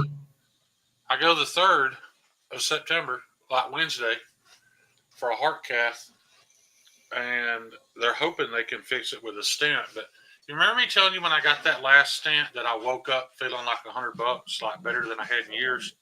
Yep. That same part, that same issue, that muscle's still not getting blood, and it's actually way worse than it was beforehand. So when you said that you thought it know was, this. No. Oh, you Yeah. haven't said a word It about is. that. it was heart related. I'm actually in worse shape than I was back in January. But how much better will it feel to get a fresh That's stent? what I'm saying. If they fix it this time, that could be game changing. They will fix it this time. That's going to be huge. You go the 3rd Yeah, Wednesday. Wednesday, I'll be there all night. I stay the night. dude. That's going to go smooth. I hope you're not worried about that. That'll be a Oh, smooth. I'm not, dude. They've run that camera at me several times, but they don't wake you up and say, "Hey, this is what we found, so we're going to do this." No, you just wake up with a stent or without one. I 'Cause you wake up, didn't my need it. chest cracked open. That's a different game changer. That's gonna be a bad day, dude. I better learn to grind knives quick. Yeah, that's gonna be a bad day. Well, no, I mean I can recover from it again, just because I know more this time. But God, I don't want to.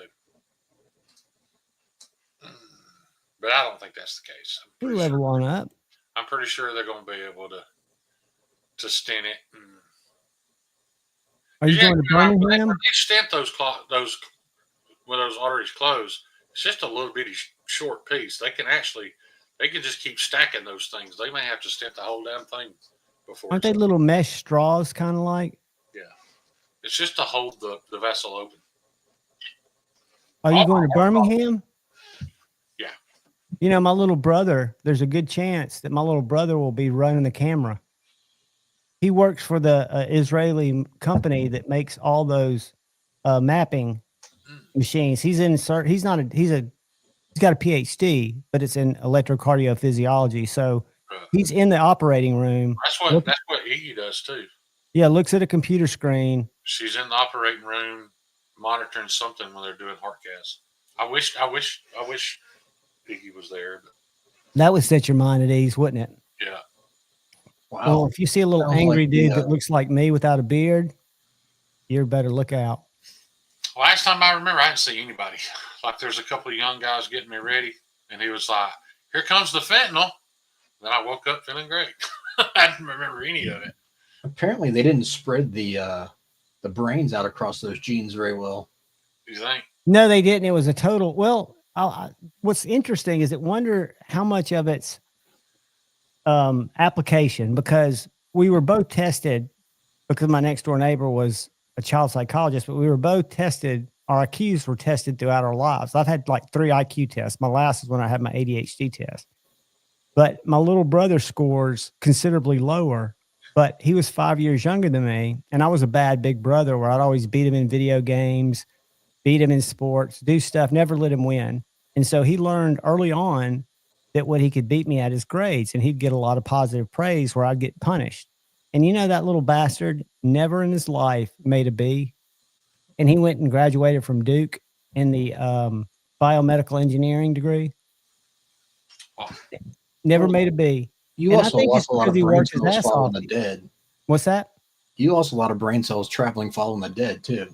True. And just not taking school seriously. You know, he took it as, like most people should, this is just a great opportunity for me to continue. Plus, I do have a Nazi grandfather who's a rocket scientist, so I've got some genes that are pretty strong if I would use them. They just led me down the wrong path. They rocketed me towards destruction. I burned on the pad. I mean, John, my grandson's a lot the same. You know, he tested as a genius, but whether or not he'll ever actually be able to truly apply himself, we don't know. Because it's not quite as bad as you, but I mean, his brain, his mind never slows down. Does he get treatment for that? He's not on medicine. Dude, I pay for it out of my pocket. And they're trying their damnedest to avoid medicine at all costs. Especially I know. a child. But I'm telling you, growing up with that disability and having to learn to rewire yourself to exist, because anxiety is a big part of it. So that's part of the reason I think I took so much comfort in drinking and drugs, because it gave me kind of like, took that inhibition away, or that social anxiety. But it's tough. I think if I'd have been treated younger, I'm not blaming my situation on that, but I think it could have been a lot better for me. I think I could have applied myself more. Maybe not.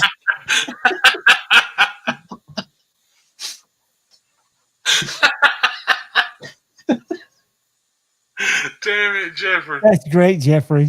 That's the comment of the night. I swear to God, I'm going to rename this stream. If I could copy that comment, I would name this stream that, because I never have good names for my live streams. What I need to do is start taking the funniest comment and using that to the title of my stream. Level on up. You know what's worse for you in terms of addiction than pizza? It's like tenfold. Mexican. There's something very unusual going on at Taco Bell. Something you wouldn't expect. We're making pizza. Mexican pizza. It's like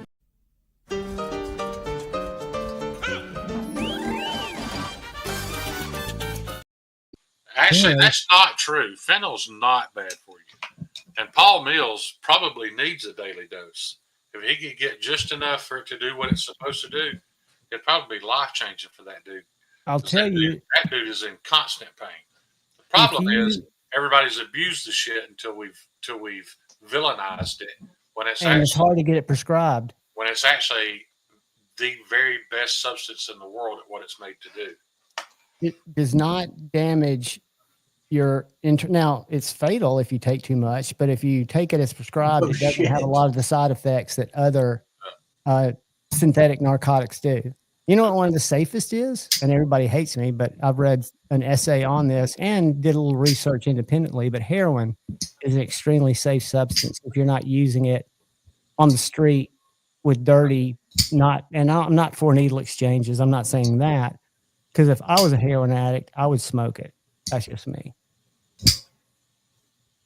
Or not at all. No, oh yeah, and I would never. And I knew that's the one drug, that and crack, that I put a boundary on. I would never cross that bridge. I never would go there. So I know and now that I've recovered from a major pill addiction over a decade ago, I'll never go back to that. Just I remember have that, no doubt. that 90s PSA, crack is whack. Yeah. I hear it is. That come from Whitney Houston. Yeah. No, she should have learned. She should have learned that. No, she said it. She said it on Barbara Walters' special. Yeah. She No, said but it there was a ghetto PSA drug. before that. Oh yeah, you're right. Crack is whack. Just say no, Nancy Reagan. There's that one too. Good old Nancy, I like the brain frying in the egg pan. Yeah. This is your brain. You know, and I was talking to my buddy A to never Z. sizzled and smelled like butter before. I was talking to my buddy A to Z today, and we were talking about parents and how they treat their kids with substances now. You know, how they, especially if the parents are liberal and do that kind of stuff. And I asked A to Z how him and his dad's relationship about stuff like that was. And he said, you know, his dad, like my mom and my dad, were raised in the 50s, I guess, when all that reefer madness propaganda was out there. And that really stuck with those kids. I mean, that was an effective campaign. I mean, granted, it didn't work for everybody, but like a lot of people thought that if you smoked, you jump out windows. Yeah. Or murder your neighbors with an axe. Yeah. And have no control over what you're doing. I did eat some gummies one night and had to crawl to the bathroom. Well, and again, that's true. I If had to you're, hop my leg like a dog to pee. it's Yeah, always, it's not like they're not just like taking a vitamin, so you can't sit there and say, oh, there's no effect. Of course there is. Well, sure absolutely. there is. Sure, and everybody's going to be affected And differently. that's why fentanyl is so good at what it does. That's what makes it so easy to abuse. The more you take, the more benefits you get. But what is it? Does it have a short? I never abused my Percocets, but I've told this before. It seemed like once a month there'd be that one special one in the bottle that I'd take it just like I was supposed to on time. And about 15 minutes later, I'd be like, "Oh, now I get it. I know why people would eat 5 of these." Because I mean, to me, every now and then you run across that special one, and dude, There it you just go. the whole world is a better place. That was one of the best stand-up specials ever.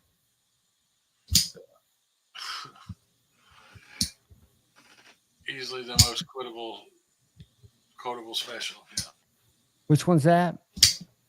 I'm not sure which one he's talking Chris about. Rock. Was that Blacker Than Ever? What was the? I remember the special name on that one. What I need to go back and watch is the Chris Rock that he did most recently, the year after the slapping incident. It's pretty I good. watched a little short special on that about how that just exposed Hollywood for being elitist and how they can't believe Will. And because it wasn't a work. I mean, he really did go up there. When you watch it over and over, it looks like it could have been a work, but it wasn't. Yeah. And Chris Rock waited a year, and evidently that special is one of his best specials where he goes back to his just really ruthless roots. And he talks about But he your did it wife. for the first 50 minutes. And Right. he did it. Have you seen it, Shane? Yeah. And then he said his piece and he moved on. Was it good? Yeah. I love the part he said about your wife slept with your son's best friend. And why do we know? Because she fucking interviewed you about it on national TV. Yeah. I mean, he just basically put Will in his place. Oh, he did. One of the few people that ever get embarrassed in public and come out on top. Well, and that's what they said. The people that were doing the little clip thing about it was, this is a guy who thought and should have been, and is part of the Hollywood elite, who's on the biggest stage of his life hosting the Oscars. And you've got all these other Oscars and producers. And they showed, I didn't realize this at the time, but Denzel Washington, Bradley Cooper, and all these other people ran up to Will Smith afterwards checking on him. And the whole time, Chris Rock's just standing there on stage. No producer, nobody came out and, checked on him, see if he was okay. He had to do the rest of the show and then watch Will get an award, get a standing ovation. Yeah. And what's going on here? I just had myself humiliated in front of the biggest audience I've ever been in front of. And Chris Rock, they said, has won that because they even showed a graph that shows how much Will Smith's worked since then. Now, Will Smith has more money, but Chris Rock is definitely on an up roll where Will Smith, what was the last thing he was in? Record breaking. Yeah, Will Smith's not doing much right now. He's kind of been. It just upset me. He only did it because it was Chris Rock. Had Dave Chappelle told that joke, he wouldn't have walked up there. And had he walked up there, Dave Chappelle would have choked him to sleep. In about 20 seconds. Absolutely. Dave Chappelle's a jiu-jitsu guy, isn't he? Oh, yeah. Yeah, Dave Chappelle's a badass. Dave's also not small. People think he's skinny and small. He's not a small dude. He used to be. No, he used to be skinny, but he's still tall. He's not a small dude. Yeah, he's stacked some muscle on you. He don't show it off, but if he moves just right, you'll see his shirt sleeve get a little tight every now and then. Dave's put some. Yeah, he's definitely doing the same stuff that Joe Rogan and those guys are, peptides and whatever that stuff is that keeps you jacked, testosterone. Hey, Richard, I sent you a message when you get a chance to take a look. Will Smith's AI concert. No, I think I'm going to pass on that. Load on up. I say that's the best way for you to make up your mind. That's the best way for you to make up your mind whose side you're on or who was right and who's wrong. You just don't. You just don't support those people anymore. And I hate that because I loved Will Smith's movies, most of them. My favorite thing about Will Smith was Eminem's fucking line about Will Smith don't got cussing his raps to sell records, but I do, so fuck him and fuck you too. Absolutely. That was so good. Yeah. So good. I don't care for that little dude that much either, but he was always corny. Slim Shady? No. Well, no, Will? I'm talking about Will. Yeah. I have zero respect for. He's kind of like an industry plant, what they call an industry plant today. Yeah, but I guess he had some funny material. I guess he had some funny stand up in his day. I just didn't find him funny, and I didn't like the show. He was good for like his acting, his little gigs, and that kind of stuff, and his movies. But he was never good in music. He was never good at like the other side. But he was always corny. But Eminem, no, early Eminem was okay, but yeah, he got real political. When he got real political, he's a complete he lost tool. me. Yeah, I mean, he's still phenomenal as far as talent wise, but I could give two shits. But I don't have to agree with Kyle, check your IG. Politics to like them. It's just when they push it. Agreed. Just like I'm a huge Rage Against the Machine fan. I'll stand there and scream "Killing in the Name of," even though I don't agree with the lyrics. I think it's a badass song. The lyrics are partially true. To what extent, that's up for you to decide. But Zach De La Rocha never put it out there like I had to choose or not listen to his music. You know what I mean? Because now everybody's at a point where, it's you got to pick. And if you don't pick my side, then fuck you. I don't, kind of like that guy that makes knives in Omaha. What's that dude's name? There's somebody that make knives in Omaha. That dude that says if you believe in any religion, you're a fucking idiot. And fuck you. Are you talking about that guy? Okay. kind of like that.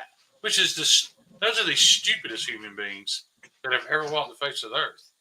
But I'm going to play devil's advocate. You know how soft you have to be to give a shit how other people believe to a point that you don't even want them to buy your product.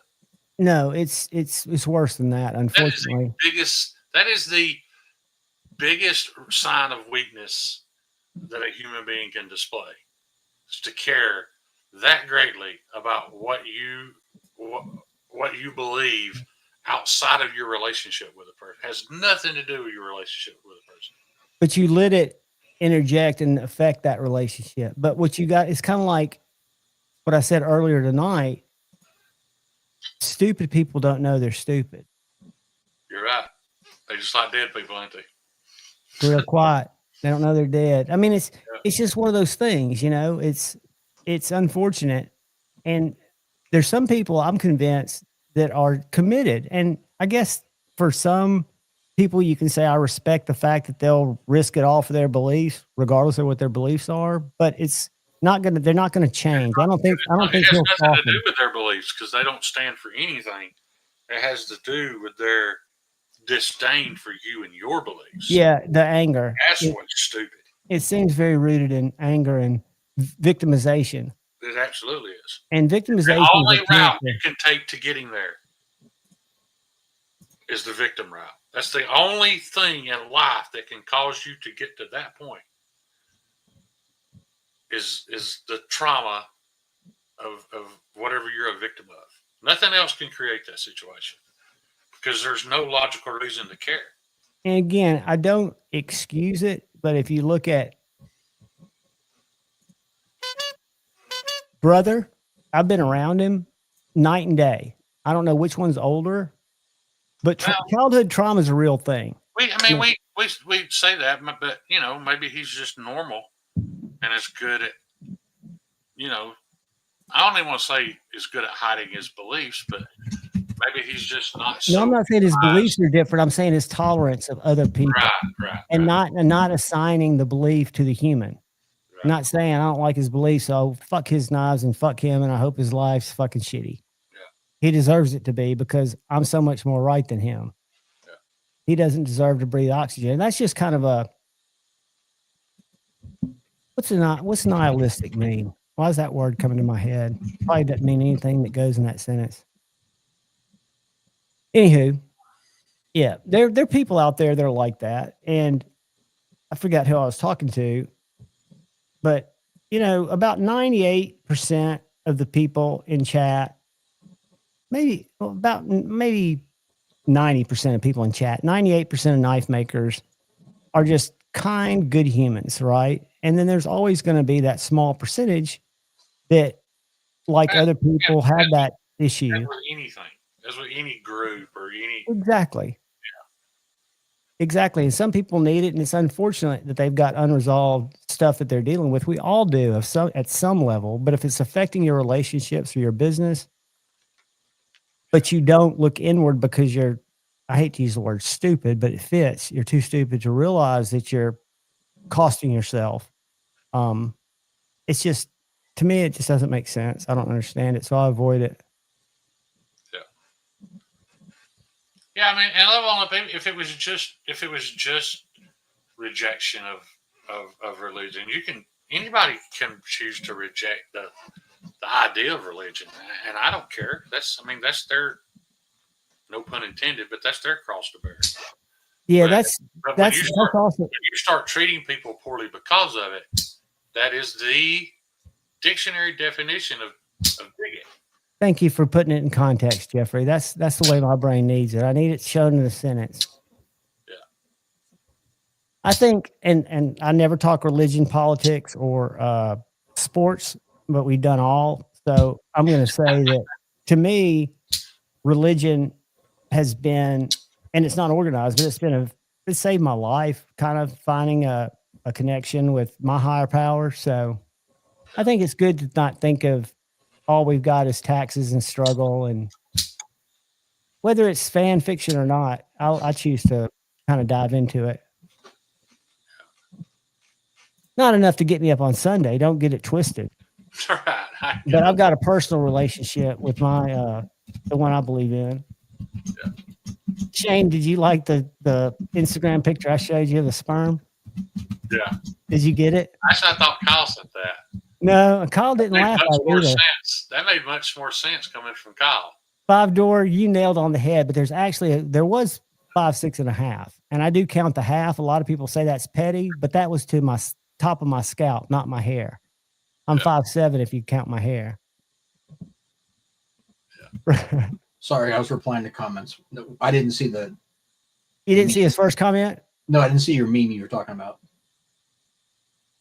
That was 5 doors first, and then second he wrote it only to save Kyle the effort of typing it. What comments you replying in? Because you're not in our comments. No, I'm talking. I'm showing them on the board. I said, because I said earlier, never mind. It's lost its meaning because I've forgotten it. I was talking about, I didn't see the meme that you guys wrote. That's why I'm replying to other people. I talked to other people besides the two of you. I got you. But it's in our Instagram group chat. You agree with me though that meme more aligns with your sense of humor than Juhvon's? I didn't even see it. That's why I said. I'm going to share it, but if I affect anybody, no, don't share it, dude. No, I won't, because it's got an undertone. Yeah, don't share it. But Shane, I'll look it up later. Yeah, look, it's in our group, the one that you, Ryan, and Shane and I are in.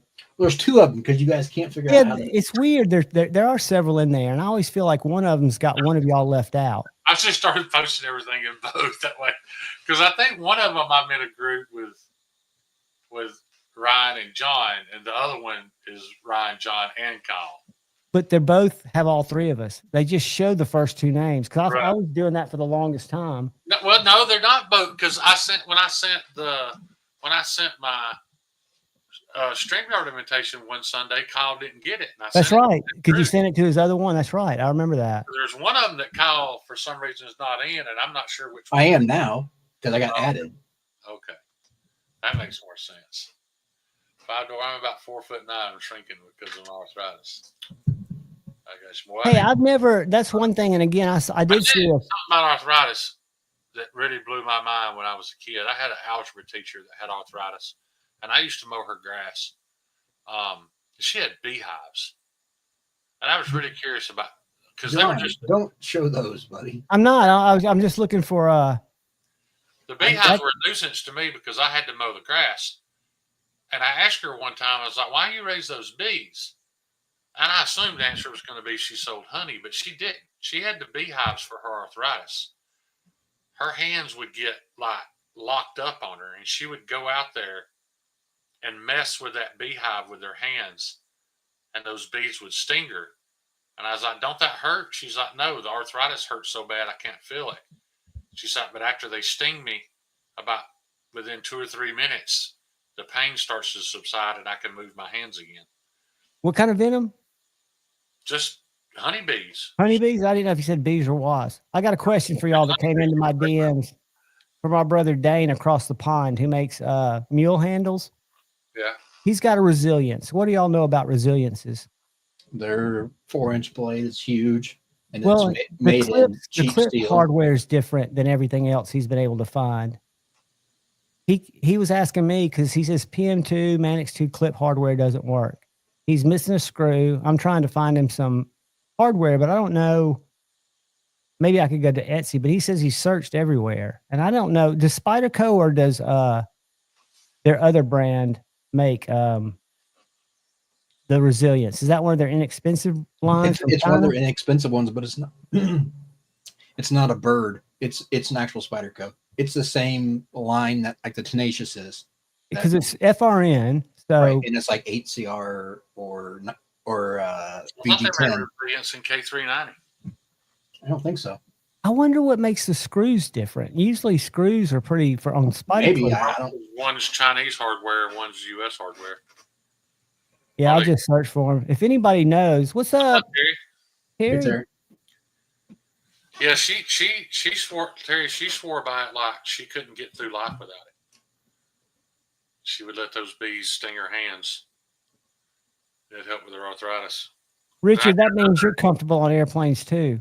I knew another old man. This sounds even crazier, and maybe it was just a placebo effect. but he sprayed his hands 4 or 5 times a day with WD-40 and swore that it gave him some pain relief and gave him mobility back in his hands.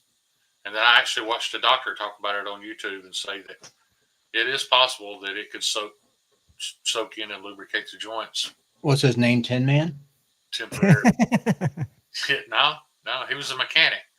He was the one that told me I better start taking fish oils when I was young, or I was going to end up with arthritis. Of course, I did listen, and here I am. My hands are beat off shit. Well, if you think about it, back in Oz, when Tin Man got arthritis in the field, they had a little oil, and that worked for him. Yeah. I'd rather drive 32 hours a week around an airplane. I don't blame you. But at 4'9", because at 5'6", I don't feel cramped, even if I'm in a middle seat.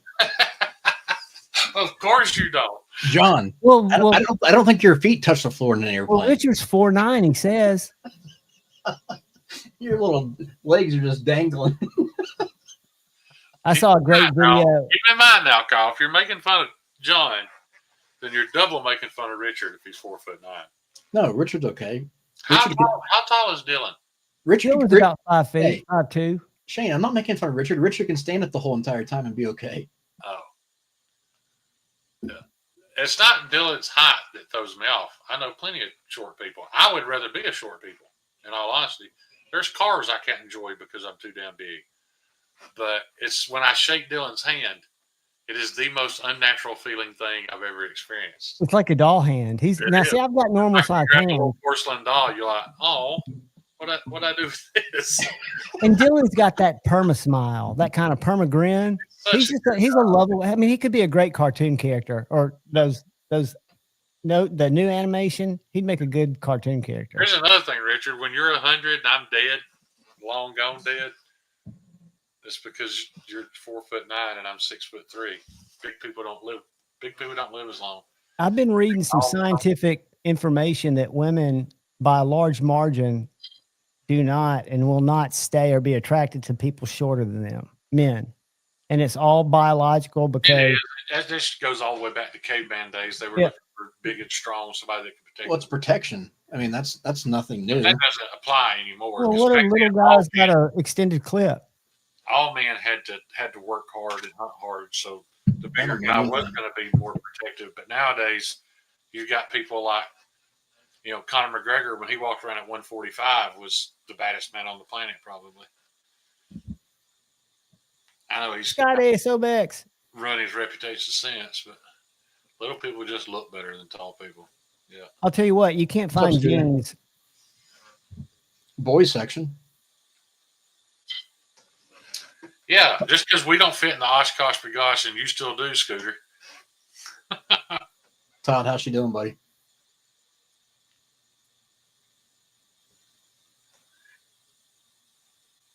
Gosh, man, that Thinking about you, bud. upset thinking me, about you, buddy. dude, because I know my days are getting numbered. My mom's about to be evicted, and it's gonna be a rough couple of months, man.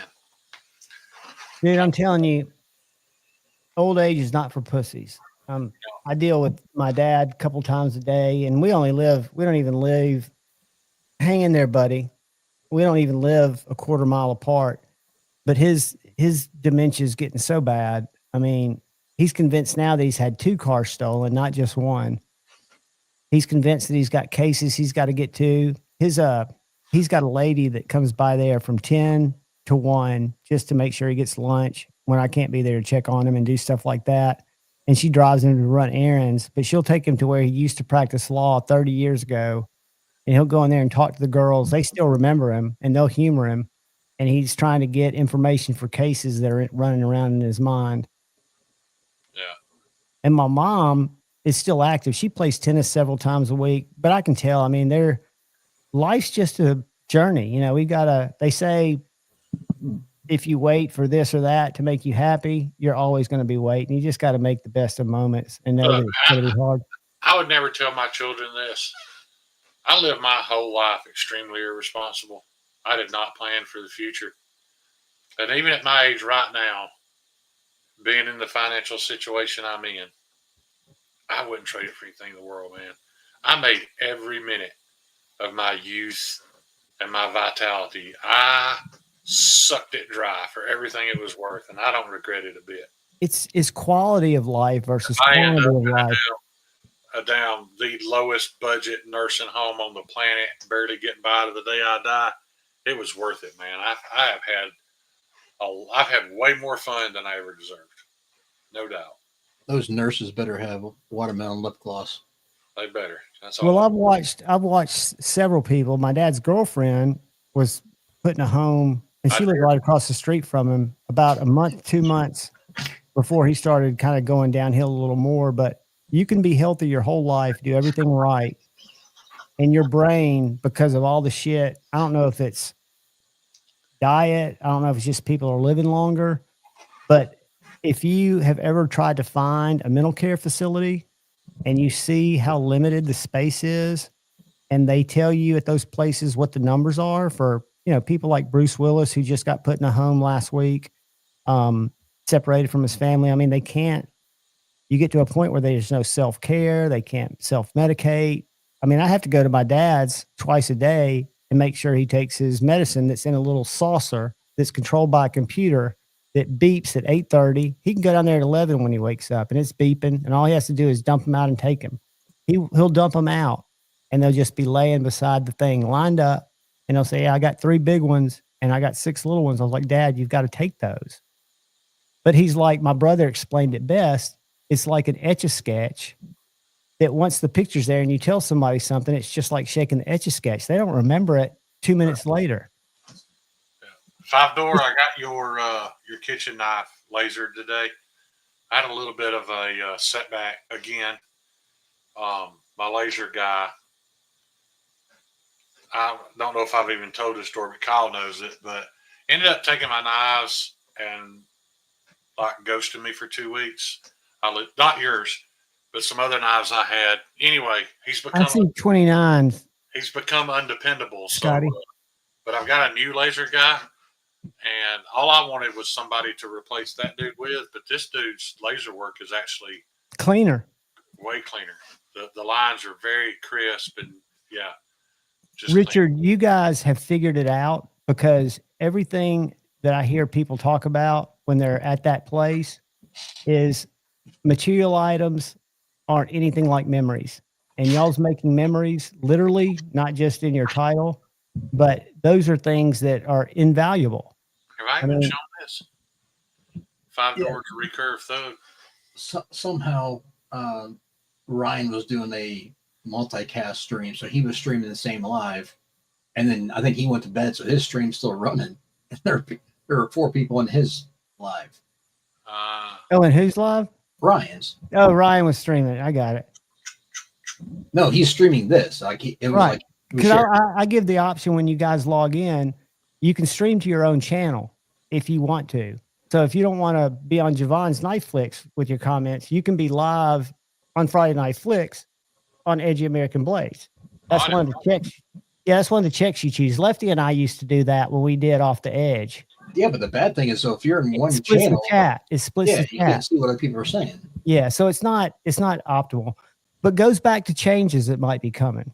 I'm thinking about doing one vertical live a week. This and your chef knife is headed to Kyle Monday.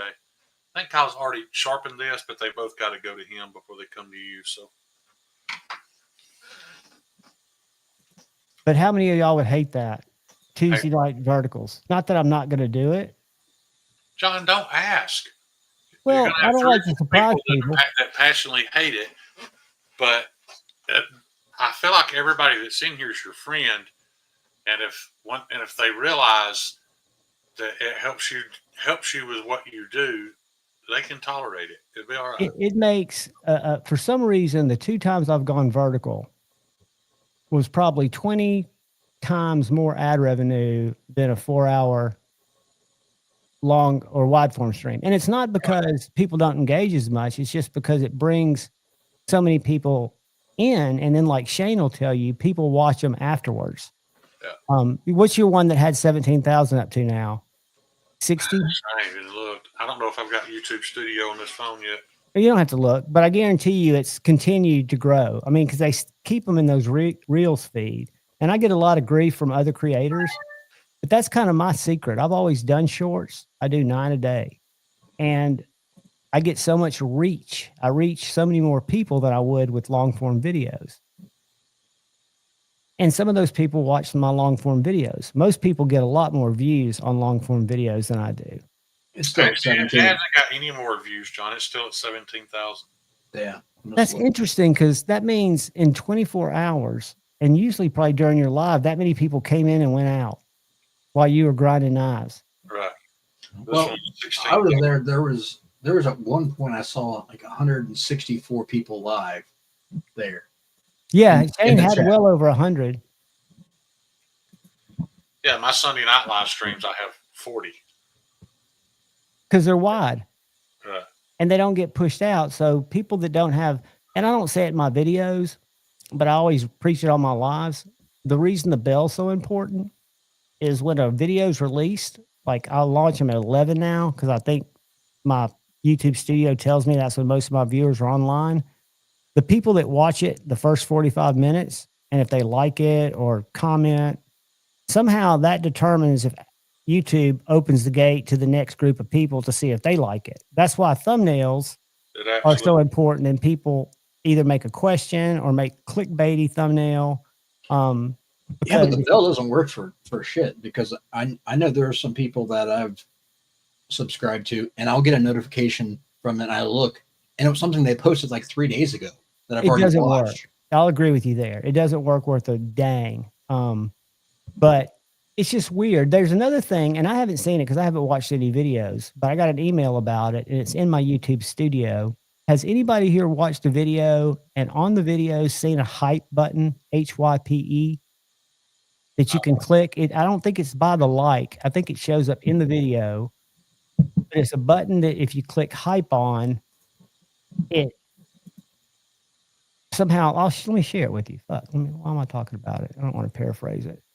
I know it's boring, but I'm asking for hype help. Doesn't cost a penny. I don't know. I get weirded out anytime people ask for anything. I know. That's why you can plug your ears. I don't. It don't bother me when people ask for things. All I'm saying is, if it helps somebody you know and you care for, it's gone. Let them do it. It's gone. My little note's gone that talks about hype. And even if I wasn't vertical, it wouldn't help. My biggest issue when I'm live and grinding is I can't interact with the audience. But it didn't take me long to figure out that. And this does. I don't know if this will sound bad, but you guys aren't there for me.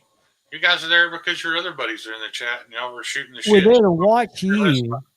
We're there to watch you, but we are. Y'all are all there waiting on the day that I get badly hurt. I know no, it's there to help to chat. People want to chat, but they also it's to me it's soothing to watch people grind and listen to it. So this isn't telling me much. I go there because Shane beats me if I'm not in his lives. That is honestly when I need a mod the most. Well, I've had some people drop some fucking bombs in there, boy. The bad thing is you go live and I don't even know you're going live. You don't tell me. I know. Yeah. And the other thing too is the more you interact with them, the more they do it. You're better off just ignoring it. They'll go away after a minute or so. So that's what the hot button was for. Yeah, if you see a hype, well, they say it's a little button down by the like. If you see a hype button, hype it. Just for shits and giggles, for an experiment. See what it does. Because the reason why I don't have a problem with people asking for things, like I don't even have a problem with people asking for super chats or memberships, because this one, I spent 40 years paying Comcast for mindless fucking brain rot with no interaction and no friendships attached. I don't mind throwing a few bones in on the entertainment I'm getting now. I don't mind doing it, but it's a matter of I don't like to do it if I'm asked to do it. You know what I mean? I get you. Shane taught me that. Do you consider people reminding you what the options are, asking you? StreamYard, PayPal, Rumble Rants. What? I'm sorry? What was that, Shane? I said, do you consider people reminding the viewers of what their options are to support? Do you consider that asking them? Does that bother you? If it's repetitive, yeah. It 'Cause I bothers used to do me. that in Jared's lives. I'd be like, hey guys, you know, if you can't, you know, if you want to support, but you don't have the money to super chat, use these Amazon links, blah, blah, blah, you know. I know. I used to as well too, but to me, Right. it's like if you ask once or just say it once, it's cool. But like if you do it constantly over and over, then it's Yeah, when you start getting up borderline e-begging, it Right. gets- Well, e-begging, to me, if I were, I need to do this more. And it's because it's proven that people's attention span is short. They watch a lot of content, and other content creators ask them to say, if you want to help the channel, you can use my beacons links. That'll take you to all the major retailers. It doesn't cost you any more. They're discount codes in some cases. I'd appreciate it. That's kind of reminding somebody. I don't think that's asking. It is asking in essence for help, but it's not asking for. There are different ways to do it, and I don't. Problem is you can't comment. You just press. But the hype's like a like and a comment, right? I don't know. I've never used one. I need to watch it and try it, Kathleen. I just know YouTube. That's the reason I don't have channel memberships. If I was at a point where I could keep up enough to like give away a knife a month, I think all giveaways should be the channel members. That's just. I did that because it was you and my buddy Ab, rest in peace, who made me think that it's only fair. Because the only reason I ever did giveaways, it was like if we were all at Blade Show and I'd hand knives to people who, because that's what I do. So giveaways are kind of like that. I feel like the knife will find the right person. But giving away 2 a week was tough, where I could just do channel member giveaways. And I don't promote those either. Everybody that's a channel member knows that's coming to the I live. disagree with that. You should. Well, I mean, You're doing this for a different reason than I am, John. You are trying to subsidize your lack of it and income with it. You should most certainly 1,000% promote that there's a channel member giveaway, or if it's going to be once a month, that's what you should be doing. see, I don't think you're supposed to, though, because I think hear me out. I think YouTube, if it's a channel member, it's like a paid auction. So if you do a giveaway on an open channel, it's like that one thing. box. Yep. I just don't have a problem with You that. say something, Kyle? I said, yeah, click that. Make sure you click that box. We're not getting into that tonight. I think personally, all giveaways should just go away because it brings out the worst in people. And It does it in my channel member. A knife to somebody that I feel like giving it to. right, Yeah. exactly. I think that is Let me better. tell you this: if it ever gets to a point where somebody's like, "Well, why would he give that person a knife and not me?" then I'll be done with it altogether. Because But- it's not a popularity contest. Kathleen just happened to say the right thing at the right time, and I was like, "Well, you know what? Then you can have this knife." I like to do nice things for She people. got a better knife, but that's beside the point.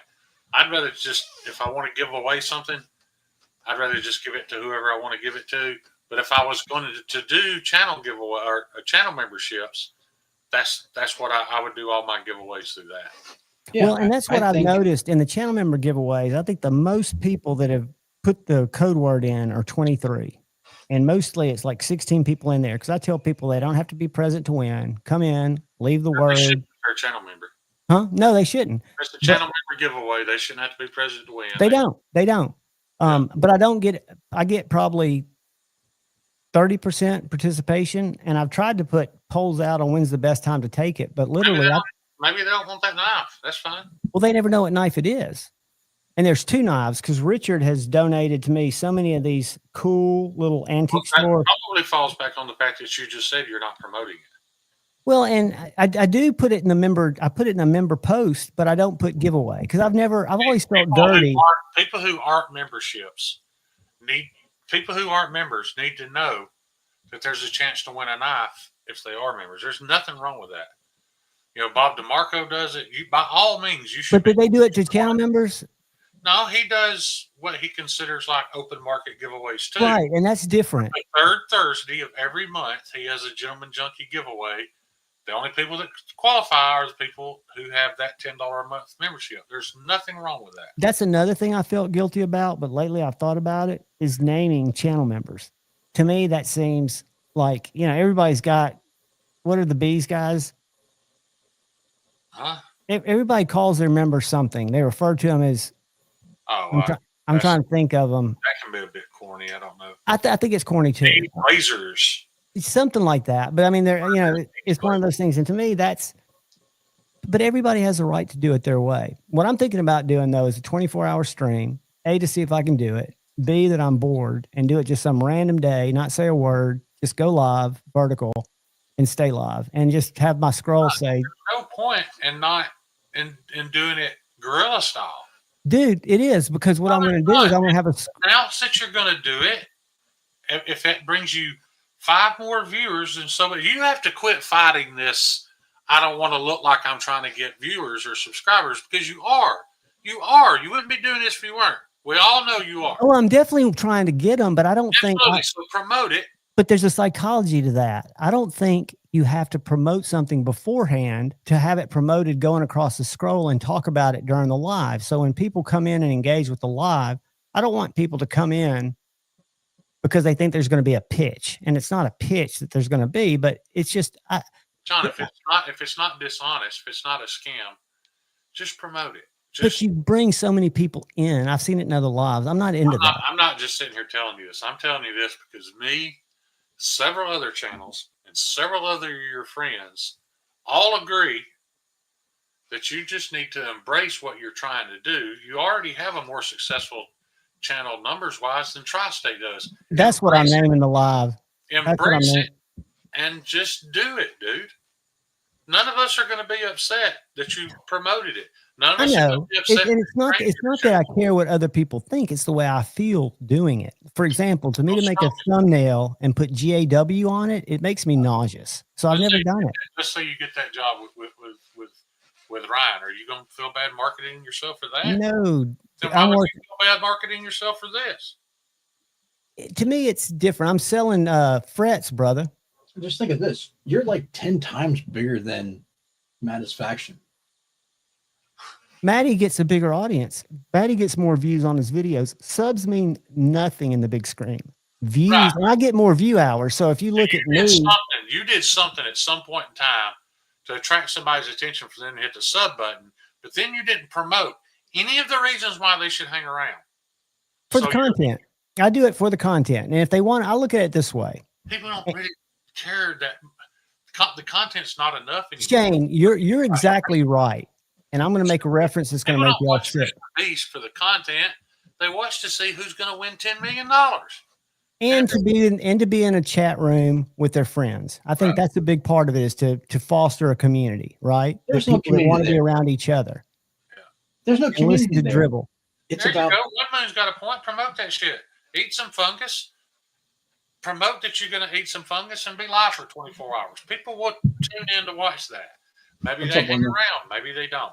Just all I'm saying is you need to embrace it. There's nothing embarrassing about it. There's no moral issue to it. You've never crossed any lines other than the fact that you don't check that box, which is illegal as shit. I know. Past that, you run a legit channel, so just embrace it and promote what it is that you offer. Kyle, what were you going to say, buddy? I was just going to say there is no community there. It's just about going in there and bragging how many budget knives you bought this week and using affiliate links and giveaways. That's all that. No, I'm talking about the community in the chat that comes. I know. I'm talking about in the one that you're talking about. I'm not talking about. No, you're talking about the 5 Doors comment. No, I'm talking about like bigger streams, like the one that's going on right now. That's all about giveaways. Still alive? No, that's all about giveaways. Oh, is that Knees? No. Bees. Oh, Bees. Is he doing the September Kaiser knives? I've got some cool knives that I can show September 1st. And I showed you one tonight. But he always gets to sell. You know, B sells more Kaisers than anybody else. I don't doubt it. Yeah. That's why I don't dislike bees anymore. I finally realized there was a difference in what I was doing and what Brian is doing.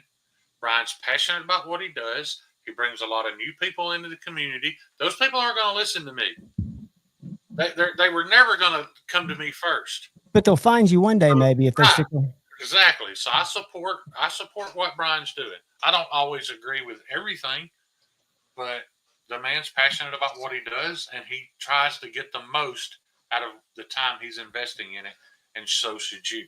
What I don't like is That's a fact, Jack. Oh, Scotty. He open a witnessed it. box. Oh, look, here's a new knife.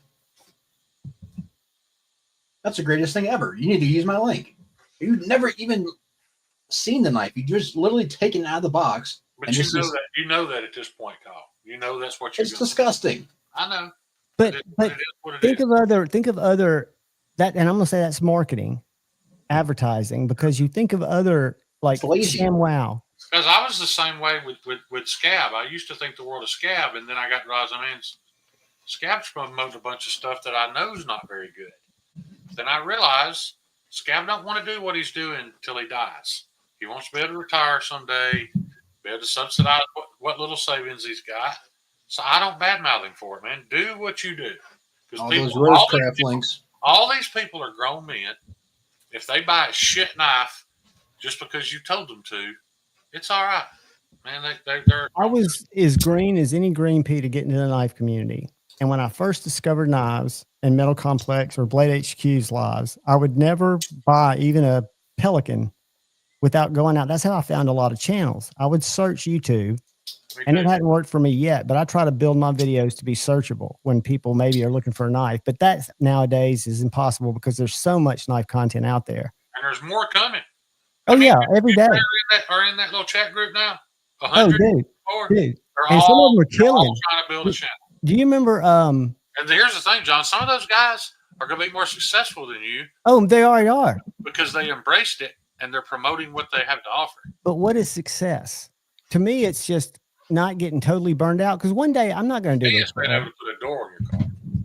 Well, dude, That's the first sign of success to me would being able to replace the door on my car. that would be a sign of success, and then go for teeth. But I'm not looking for. Or Yeah, stop. me too. Or I'm not stop looking pumping for. your indoor. I'm talking about myself, but I'm not looking for it to be. I'm still looking to do work in my profession, which unfortunately is social media marketing. So, but you know why my channel grew, and I don't take credit for it. It's because you told me about shorts. And then I got an email from YouTube that just went out to everybody else talking about how shorts were they got more reach. Todd, And I you just still here? found a sweet point. Yeah. But it doesn't translate to views. And I know why, because my content is not created to be inviting, good. Is that a recurve? As somebody that considers you their brother, somebody that loves you, John, if somebody told me, hey, John's going to dump $100 a week into a YouTube channel, would you rather him make $5 or $5,000? I would rather you make $5,000. I know, dude. Nothing you're doing and nothing about that is unethical.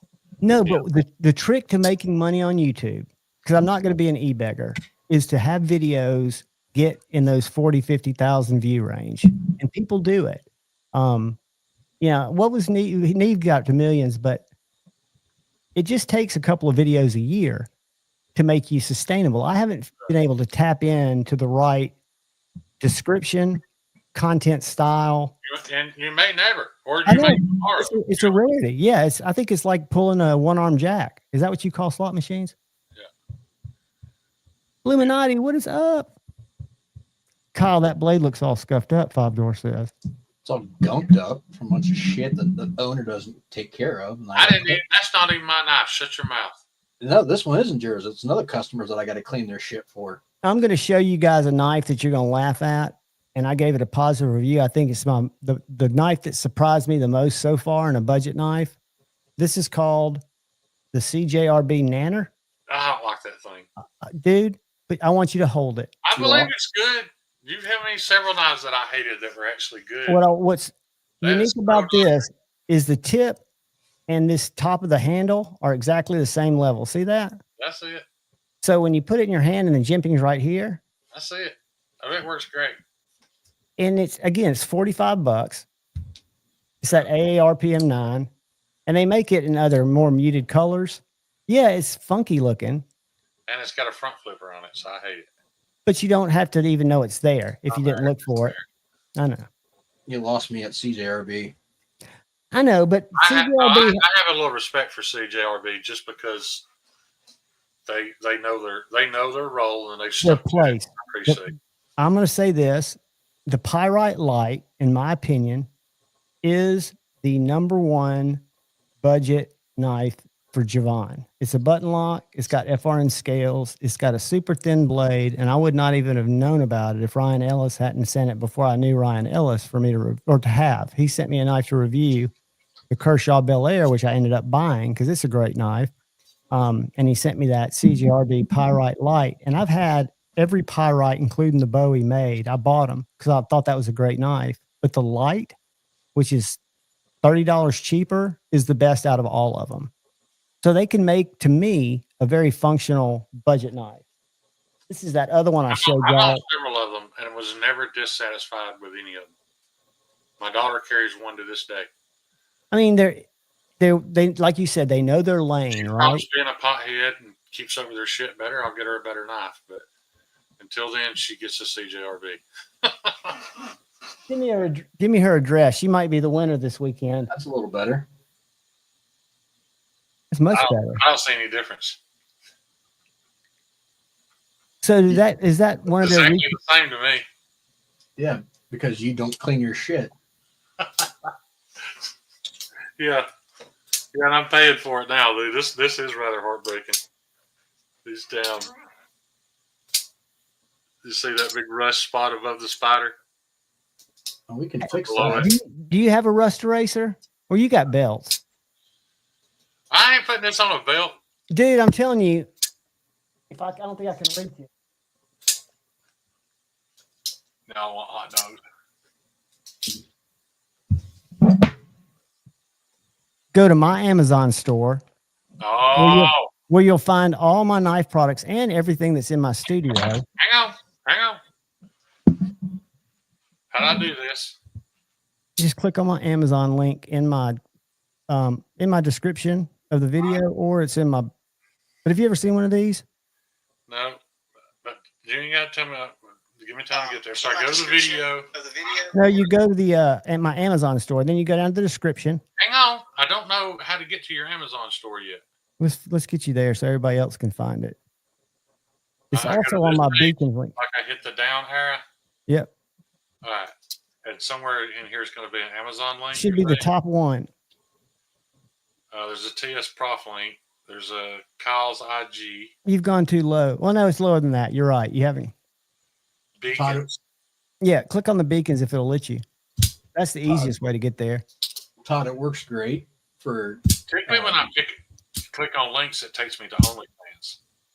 That's my OnlyFans. I haven't broken Mine's that out. not the Amazon store, so I go there. And I'm getting this, guy, so it can't be that difficult. And when I get there, what am I looking for? You're looking for a KPL. Just put in the search KPL rust eraser.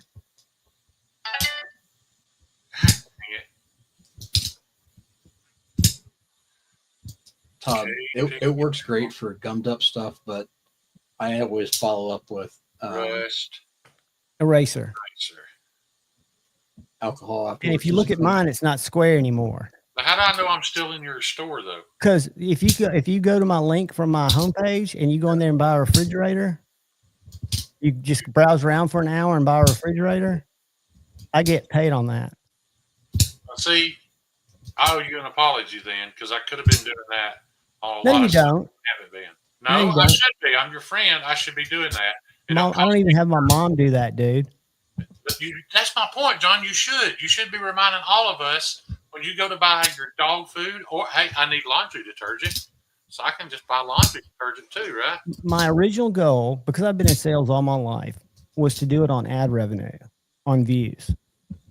So, and to promote, if you'll notice, I just put Blade HQ back in my affiliates, but there's no Smoky Mountain Knife Works in there. But this starts off square and it's kind of soft, but you just take it and you rub it against the blade. Dude, it's amazing. They make other rust erasers from Japan, if you look this up. But this one, I think, is like, what, 15 bucks? And I imagine this will last me a lifetime. You've seen those wall erasers that are white with the ball-headed guy on them? Looks kind of like you. Yeah, Magic Eraser. This is kind of like a more gritty, little bit thicker magic eraser. But I had my Crewware Adamas, this knife, when I put the scales on and took the blade out around the pivot where there's no Cerakote or whatever's on the blade, it was very rusted. And just by rubbing this on it, it took it down to raw steel. All right, I just placed my order. Can you see it? Oh, it won't show me till the end of the month. But dude, you never have to. I think that's awesome you did. I think because you're going to love it. And thanks for using my It's not link. just awesome that I did, John. It's something I do almost every day. And it's something everybody in the chat does almost every day. And you provide them with entertainment for 12 hours a week. There's no reason for you not to ask them to go to Amazon via your link to buy random junk that they're going to buy anyway. And let me tell you how my stupid brain works on that. Lefty and I are great friends, and Lefty's great at doing that. And a lot of times I use Lefty's link, and a lot of times I'd forget to use Lefty's link, and I would beat myself up for not using it because I'm that person that feels that way. I didn't use a lot of people's link. I used Tri-State some. I'd switch them up, but mostly Lefty 10. I don't know why I like that fucker, but I'm just different about it. I really hope that I can get a good. I can't buy a fridge right now either, Illuminati. But if you have to order some dog food or whatever, Shane's a spokesperson. It's a scratch on my back. I scratch I'm just saying, man. We're all friends here. But Kyle's made me self-conscious about it. There's nothing wrong with us doing things that doesn't cost us a dime to support John, and there's nothing wrong with John reminding us. There's nothing wrong with John asking us to do it. You know how I can remind you? To a point. Oh. Tell me if you see an ad. I haven't seen an ad, but I have. Tell me you will, because I just served one. Well, we're on StreamYard, so we're not going to see it. Yeah, I have YouTube. You'll see it if anybody's watching. I'm asking the chat. Because there's a button in Studio that you can press, because I've got it on not auto, but where you can serve an ad manually. So ideally, if I was going to say, hey guys, I'm going to get up and go pee, I'm going to put on some music, that would be a great time to serve an ad. Yeah. John, you could probably buy a high-end knife a year and give it away, like a Hinder, and give it away if enough people took 3 extra seconds and used that Amazon link. Oh, dude. Where I'll tell you that the link that is the most profitable for me, I don't know why, maybe because I'm a true believer in them, is DLT. Really? DLT is my most profitable affiliate link, and I get about $35 a month from them. I don't make affiliate money. There are people that make big time affiliate money. I would guess that Ray is probably pulling down 10 grand on affiliates. Well, how much was it they paid Cole to go to Blade Show?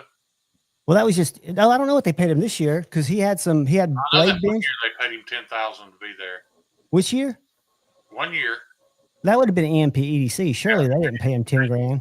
That's what I was told. Well, maybe for travel and rooms and everything.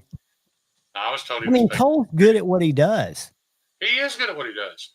But my point is, he also poor mouthed his entire chat the week before Blade Show, talking about couldn't pay his power bill, blah, blah, blah, couldn't do this, couldn't do that, then spent like $7,000 on knives while he was there. Oh, yeah. And came back and showed them off to people who could never afford those knives. And see, that's probably one reason I don't believe in milestone giveaways or big giveaways, because I think if you're going to give away knives, you should give them away regardless. I think to save up a bunch of free knives and give away just a few of them, it's almost like a slap in the face. But I see things differently. That's why I respect Metal Complex so much, because he says, of course, I'm going to make giveaways out of them. Yeah, it grows his channel, but he's like, why wouldn't I pass them along? I didn't buy these knives. There's a difference between what Metal Complex does and what Cole did.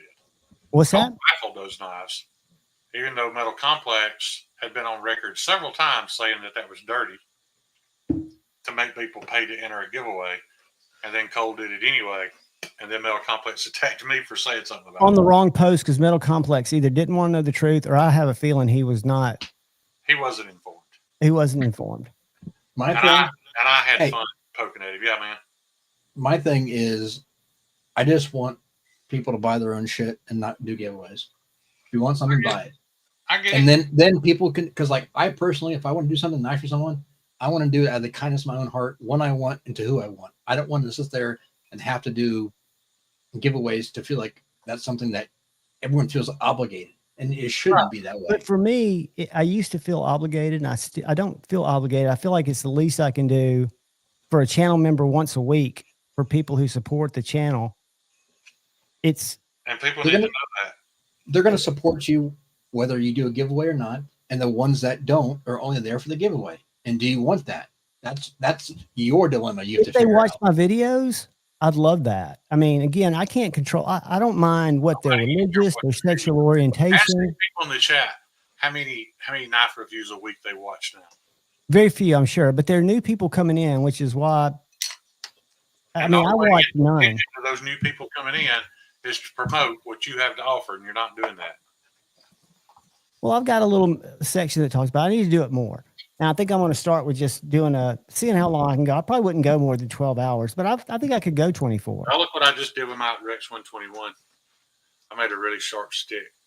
You want a confession time? This was the stick Yeah. I was using to scratch my inner ear, so now I'm going to have to remember not to use it for that. Too sharp for that. Yeah.